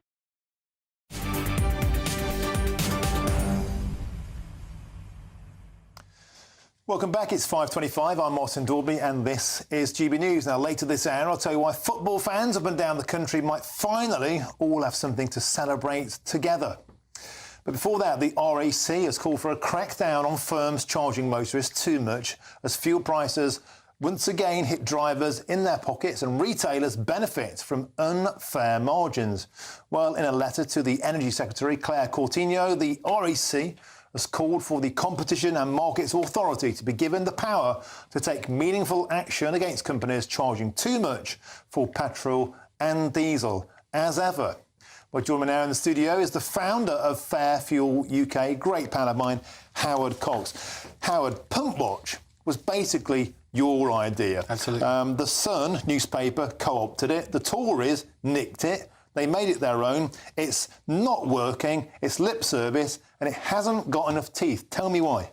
I couldn't say it any better than that, Martin, as usual. Well, what happened 8 years ago, I actually presented it with Robert Halfon MP and Robert Jenrick, who was at the time the Exchequer Secretary, an idea that somehow we've got to actually make pump prices honest, fair and transparent. Because everyone knows what happens with pump prices up and down the road. And look at motorway service stations, they're 20 to 30p more. And I simply said, why don't we come up with some sort of body? We've got Ofcom, we've got Ofwat, all of those sort of price regulatory bodies. Why haven't we got it for 37 million UK drivers? Yeah. And that was the start of it. And they said, well, could I work something up? And I presented about a 28-page document to the Treasury. They said, great. And it's been passed around for the last 8 years. And in January of this year, Claire Coutinho, the Minister of Energy and Net Zero, said, look, we're going to put this out there. We like the idea. We're going to go with it. It's right. We should do that. I said, great. We met and everything. But the big rider for me, the big problem for this was that the actual pump watch scheme itself, which is actually for the fuel supply chain businesses to actually supply details of prices, both in terms of wholesale level and retail level, on a daily basis, was voluntary. They didn't have to take part. They decided, now, come on, a business is not going to go and actually vote, the classic turkeys for Christmas situation. And that's the problem we've got at the moment. And I said then and there, voluntary won't work. But Claire, to be fair to her, she said, well, that's stage one. Let's see what happens. Let's look at stage two. And in 2 weeks' time, understand it will have teeth. Do you think that's going to happen? I mean, I know you're a glass half full sort of guy. I know you're a born optimist, and I love you for it, Howard. But the facts are the facts. It hasn't been enforced. It hasn't been mandated. Nobody's being held to account. As you say, what corporation on the planet is going to vote for less profit, especially a petrochemical company, especially a big retailer? They screw the farmers to the ground. They're all about the bottom line. What do you want to see? What kind of action do you want to see? What kind of enforcement do you want to see? Well, I still want this daily retail prices published and daily wholesale prices. And there's one, you mentioned the retailers, you mentioned the oil companies, but in between them, they're the wholesalers. Yeah. They're the ones that are holding even retailers to ransom. They're on very tight contracts, and they're very, very strict contracts. They can't move around from, if I sell Esso, I want to sell Texaco tomorrow. They can't do that. They are tied to these wholesalers. In answer to your question, what I want to see is true transparency. And the government put together an algorithm, or whatever you want to call it, that actually says if they do this and it's 13% of that and 10% of that, if they go over that, they're going to be fined hard. And I mean fined hard. The big thing for me is actually drivers need to know actually who are the honest retailers, the honest oil companies. And that's what a good pump watch app could have been in place. Yes. And that hasn't come out either. But that should happen. I mean, you've been talking about this for a long time. The information is readily available. How often? By the hour? I mean, how often do you know the prices at the retailers? And you literally go into your app and go, oh, it's cheaper there. I'll drive a few miles there and Bob's your income. Well, you only have to look at the stocks and market shares. Oil prices are by the half hour, by the minute. It's the same with all the fuel prices. And let's face it, oil prices and the exchange rate dictate what the petrol price should be. And the wholesale price. But the wholesale price, they do it based on what they can get away with. And they are riding roughshod over drivers. 37 million drivers have no idea how pump prices are calculated. I've been doing this for 15 years and I still don't know how. Well, and they specifically and deliberately keep it as a dark art. Yes. So we're all confused and in the dark and just paid because we have to, because effectively it's a bit of a cartel. So you're a glass half full merchant. You believe that the Energy Secretary is going to do this? She's got good intentions. I've got no reason not to believe her. But let's, 2 weeks' time, invite me back on here and see what she delivers. OK, Howard Cox, founder of Fairfield UK and the creator of Pump Watch. Thank you very much for joining us in the studio. And we know that they watch at number 10. So if you're watching Claire Coutinho, you just heard the third of a gauntlet on the table. Let's have some proper teeth for this and let's protect the punters, because they, as you just said, 37 million of them are queuing up to vote, and the Labour Party, they're pledging for their votes today. Let's see some action. Thank you very much. There's lots more still to come between now and 6 o'clock. Hundreds of British holidaymakers risk cancelled flights after, you guessed it, another Boeing plane safety incident. But first, it's time for your headlines, and it's Tatiana Sanchez.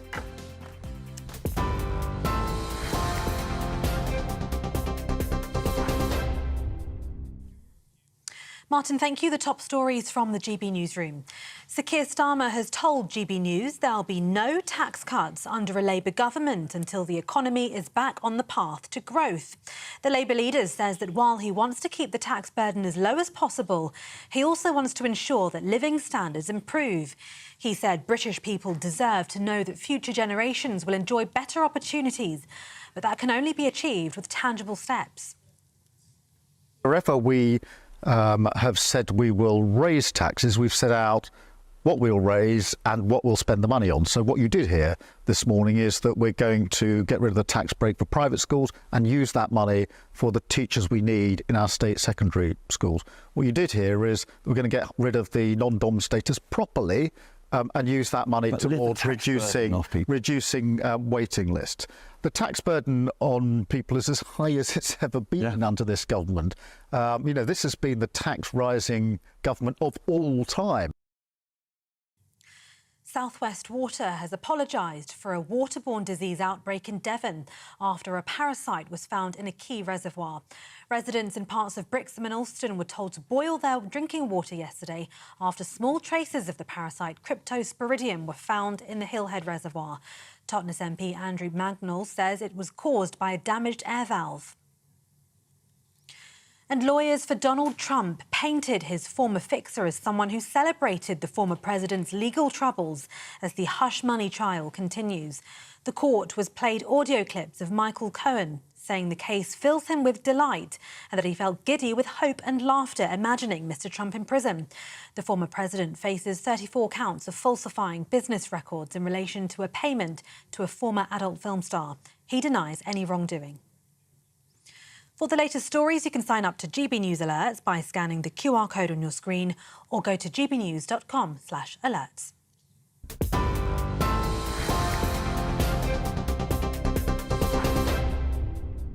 Cheers Britannia Wine Club proudly sponsors the GB News Financial Report. Here's a quick snapshot of today's markets. The pound will buy you $1.2678 and €1.1658. The price of gold is £1,878 and 44 pence per ounce. And the FTSE 100 closed at 8,438 points. Cheers Britannia Wine Club proudly sponsors the GB News Financial Report.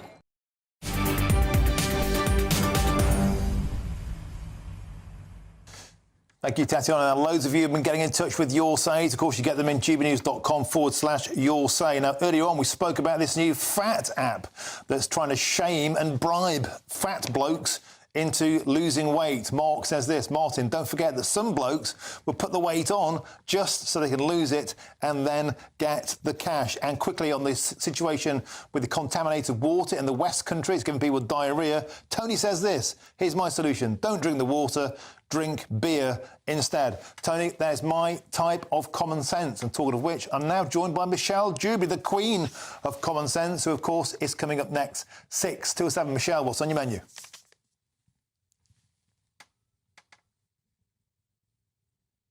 Quick earner. I like his style, Martin. Anyway, coming up on my show tonight, of course, I'll be looking at these 6 pledges. Is it enough to make people vote for Labour or not? But a really interesting story that caught my eye today. DEFRA. Many people will be familiar with James Anderson, Martin. He is the guy that set up this organisation. It was intended to support the most vulnerable people in society. It's the guy that basically does all of that free plumbing. Anyway, he's made all the headlines today for the very wrong reasons. A massive BBC expose alleges all kinds of wrongdoing. They're saying that he's made stuff up, that he's a liar, that he's exploited people, that he's misused these funds, that he's been buying property with it, and so on and so forth. Anyway, James Anderson, Martin, he joins me on my programme tonight. He wants to respond to that expose, set the record straight and try and clear his name. So fascinated to hear that. Also want to ask as well, why have so many people got allergies all of a sudden? And cyclists, do you think they should be forced to take out insurance, Martin, or not? I absolutely do. They're always tearing through red lights and almost knocking me and my nipper off our bikes on the school run. Michelle Dewberry, a packed menu full of common sense as ever. Michelle Dewberry, Dubes and Co. Right after this, 6 till 7. Fantastic. Thanks for joining us. Now, of course, there is a new way to get in touch with us here at GB News, and here's Bev Turner with all the details. We are proud to be GB News, the People's Channel. And as you know, we always love to hear your views. Now, there's a new way of getting in touch with us at gbnews.com/your say. By commenting, you can be part of a live conversation and join our GB News community. You can even talk to me, Bev Turner, or any of the members of the GB News family. Simply go to gbnews.com/your say.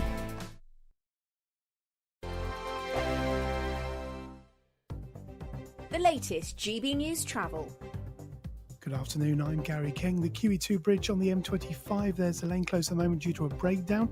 Elsewhere in London at Chessington, the A243 on Hook Road, currently blocked both ways. Long delays after an accident between Kelvin Grove and Hawkhurst Gardens. In Surrey on the anti-clockwise M25, looking busy after an earlier accident between junction 7 at the M23 and junction 6 at Godstone. Cardiff in Wales, the eastbound M4 has a lane closed. That's due to a breakdown between junction 32 at Cardiff Western Services and junction 32 to the A470 at the Northern Avenue at the Corriton interchange. At the moment, not causing too much in the way of delays. Staffordshire southbound M6, there's a lane closed and delays. It's due to a breakdown. It's just after junction 12 at Gailey. That's the latest. You can stay up to date throughout the day by visiting our website, gbnews.com. This is GB News, Britain's news channel. Sam Richardson is a singer-songwriter from St Agnes in Cornwall. Much of his music reflects a sense of frustration with life in a coastal town. We've got a lot of empty shops in a lot of our town centres, which is sort of causing a lot of death on the high street. I know that's a problem everywhere. Similar problems across the border in Devon. Ilfracombe is the most deprived area in North Devon. Twice the town has applied for levelling up funding. Twice it's been turned down, something North Devon MP Selene Saxby says is frustrating. It's very complicated. It's not as straightforward as just throwing money at the problem. They're very deep issues. For several years, the government has acknowledged that rural areas need extra help, but so far that help doesn't stretch to our coasts. The MP for St Austell and Newquay is pushing the government to change all this. Truly local people are finding it really challenging because we often have sort of low-wage seasonal work, but very high house prices pushed up because of second homes and holiday lets, etc. And also, I think the disparity review that Theresa May carried out when she was Prime Minister highlighted that working-class white boys in coastal communities are some of the most disadvantaged people in the country. Struggling to get on the housing ladder, struggling to find work, struggling to be heard. It's interesting that a member of the party that's in government recognises that, which is great, because it is a really important thing. But that government, for the last 10 years, has also cut £500 million in youth services around the country. No one thinks the problem of coastal deprivation can be solved overnight. The issue of disaffected young white males even harder. GB News is the home of free speech. We were created to champion it, and we deliver it day in, day out. Free speech allows us all to explore and debate openly the issues most important to us, our families, and of course, the British people. Having challenging conversations to enlighten each other. Which is why we hear all sides of the argument. We are the People's Channel. We will always stand by the freedom to express yourself. On TV, radio and online. This is GB News, Britain's news channel.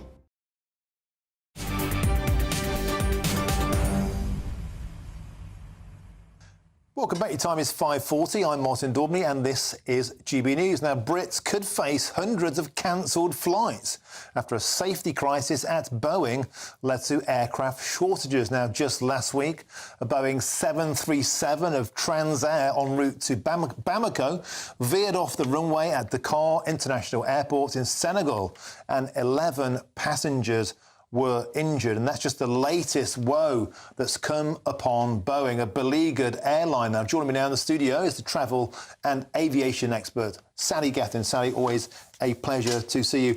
People will have seen these horror stories in the press now, scenes for months and months and months. Doors blowing out mid-air, parts of engines falling off, Boeing really, really under the cosh. Now, in terms of British holidaymakers, what does that mean for their summers?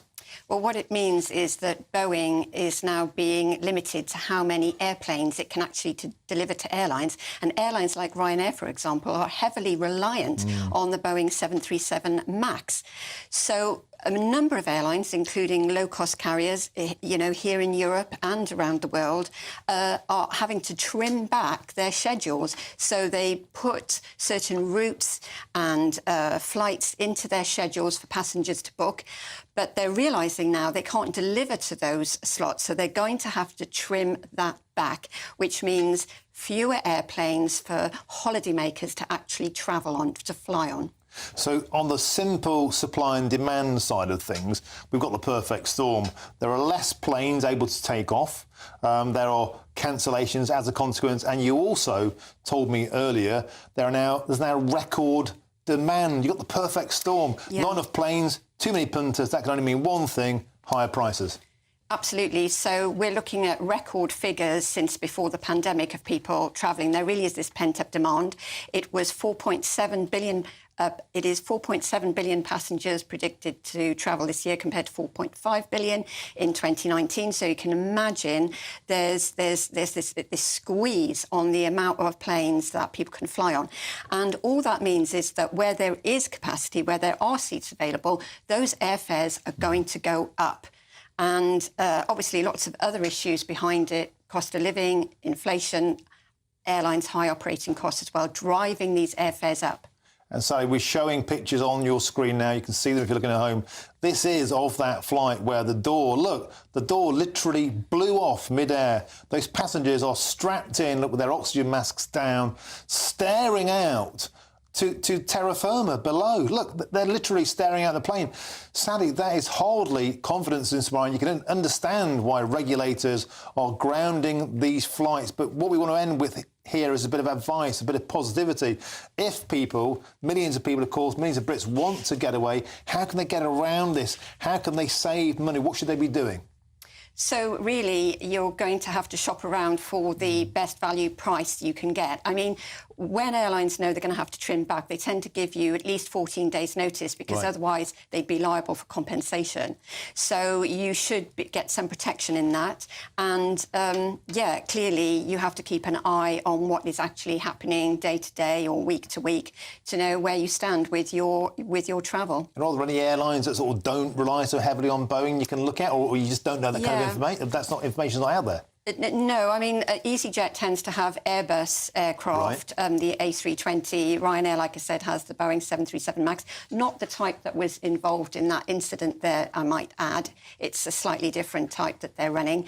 But yeah, I mean, many people now are actually filtering their choice of airline based on what airplane type it's flying. That is as bad as it is getting. The word's gone out there, the headlines have been out there, and social media is viral on, people's self-preservation interest. But I have to add that flying is still incredibly safe, and it is still incredibly rare to be involved in any incident at all. But that's fascinating information. So you can actually go online and find out which airlines use which planes, not about the safety issue, but the fear of cancellation. That's sensible advice. Yeah, although sometimes airlines might switch airplane type at the last minute depending on their schedules and availability. So, yeah. Sadiq, excellent advice as ever. Thank you very much for joining me in the studio here on GB News. Now, coming up, Premier League clubs will be asked to vote on the possible abolition of VAR for next season. Does football need this? Yes, let's get rid of it. I'm Martin Daubney on GB News, Britain's news channel.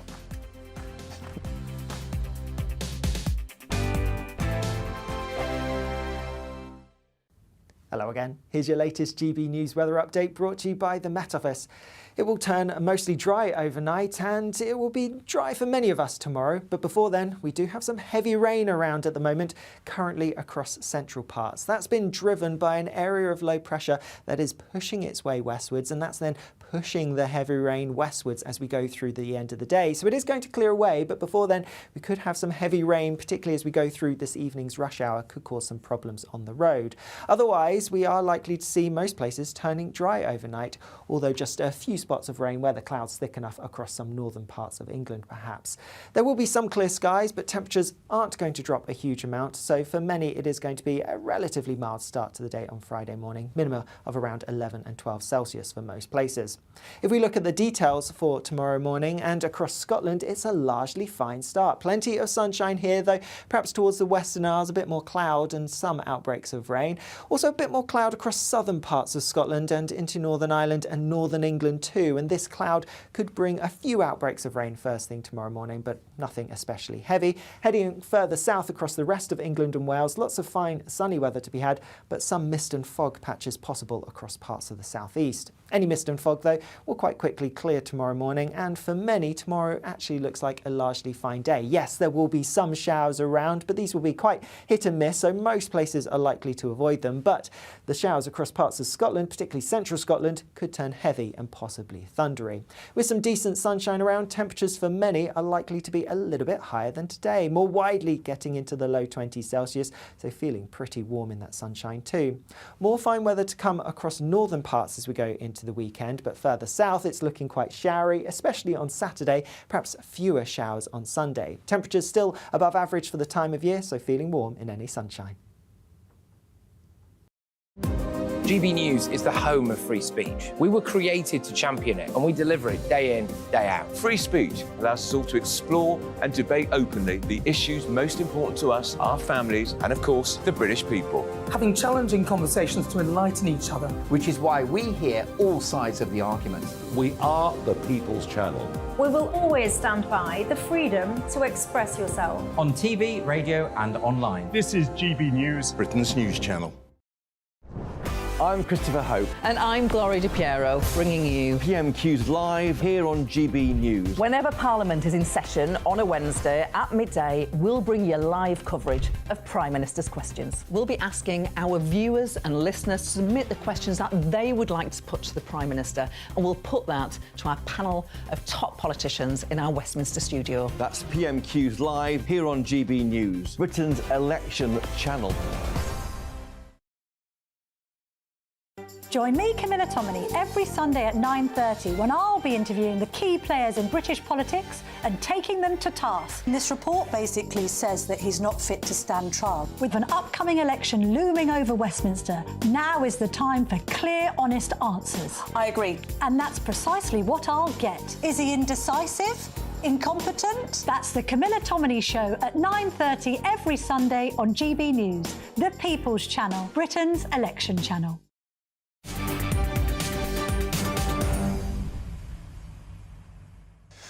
Welcome back. It's 5:49. We're on the final furlong. I'm Martin Daubney on GB News. Now then, one of the worst things to happen to football could be ditched this summer. Premier League clubs will be asked to vote on whether VAR should be binned. Well, unfortunately, one senior Premier League club official has said, sadly, that there is no chance of this proposal getting the support it needs to be passed. Well, joining me now to discuss this is the former Premier League referee, Mark Halsey. Mark, welcome to the show. Look, everybody I know talks about VAR. It's the single biggest thing we seem to talk about all the time now. I don't know a single fan who likes it. They want rid of it. Why on earth can't we just vote and get shot? Because the Premier League invested a lot of money into VAR. Listen, VAR is here to stay. It's not VAR. It's the personnel that's operating the system. We see so many inconsistencies. Word from the word go when it came into the Premier League, Mike Riley, who was in charge at that time, did not follow the IFAB protocol. So what he done was he let the VAR make all the big decisions, and that is not. You cannot do that. That is against the IFAB protocol. It has to be the on-field referee that makes the final decision. Now, we've seen it over the years. It hasn't improved. It's got worse. And I thought it would get better under Howard Webb. But obviously, Howard's got a massive, massive task to bring the system to what everybody wants to see. And we even saw it last night in the Manchester United Newcastle game when Anthony Gordon was fouled in the box by Amrabat. It wasn't the fault of Rob Jones, referee. It happened so quickly. And that is what VAR is there for. VAR should have recommended a review on that incident because it was a clear and obvious error. And that's the problem with VAR in the Premier League. They don't know when to come in. They don't know when not to come in. Their recognition of handball is all over the place. They don't know what unnatural and natural position of the arms are in certain phases of play. And that's the problem. It's the training, the education, and of our officials. It's not the officials. It's the leadership and direction from the PGL management, and it is just not good enough at present. I totally agree, and don't even get me started on offside. It used to be where your feet were, now it's your fingernails or your hair extensions, you name it, anything. It's so vague. You mentioned there about don't scrap the car, it's bad drivers. Not just the referees, Mark. Full disclosure, I'm a Nottingham Forest fan. I think Forest have had a very, very poor season. We've just about avoided the drop. The slide rules aren't out yet. But I want to ask you this question. There was a lot of consternation about my club's owner saying that the people behind the scenes, the people doing the slide rules before it gets to the ref, he said one of them was a Luton Town fan and they had a vested interest in that fixture. Do you believe that there could be anything in that, or is that just sour grapes? Or the people making the decisions themselves, not without their own biases? No, listen, we cannot ever question the integrity of a match official. Absolutely not. It's the competence of the officials that are operating that system. And the IFAB protocol has been in since it first came into fruition. Now, that needs an absolute overhaul. And I see recently that the PGML said we're getting 96% of our VAR decisions correct. I mean, that's absolutely nonsense. It's like if I marked it and you marked the paper, that wouldn't be the case. Yes, it could be on all the offsides, but let's have a look at all the, what's the percentage on the key match incidents, the decisions that they're getting wrong. People miss. The UEFA use it in their competitions. Our clubs are in UEFA competitions. There's no way that they're going to vote to scrap VAR. We've got to improve the officials that operate it. That's the problem. People miss the old days of just blaming the referee.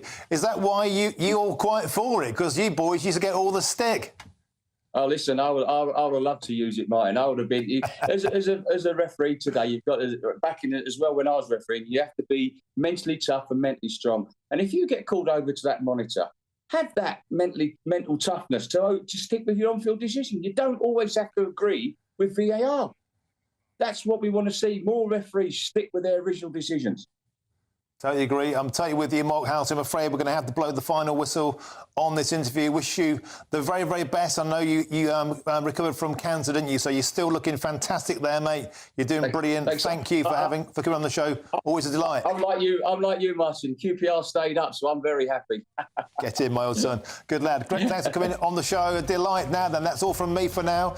Dubes & Co. is up next, of course, and don't forget to join us from 6 a.m. tomorrow. It's breakfast, followed by Britain's newsroom at 9:30, and then Tom and Emily with Good Afternoon Britain from midday. Well, my mush will be back at 3 p.m. till 6. I'm Martin Daubney, and this is GB News. Thank you very much for your company this afternoon.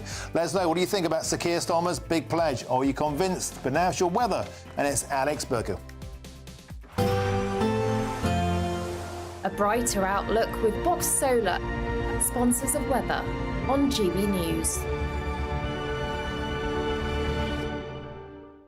Hello again. Here's your latest GB News weather update brought to you by the Met Office.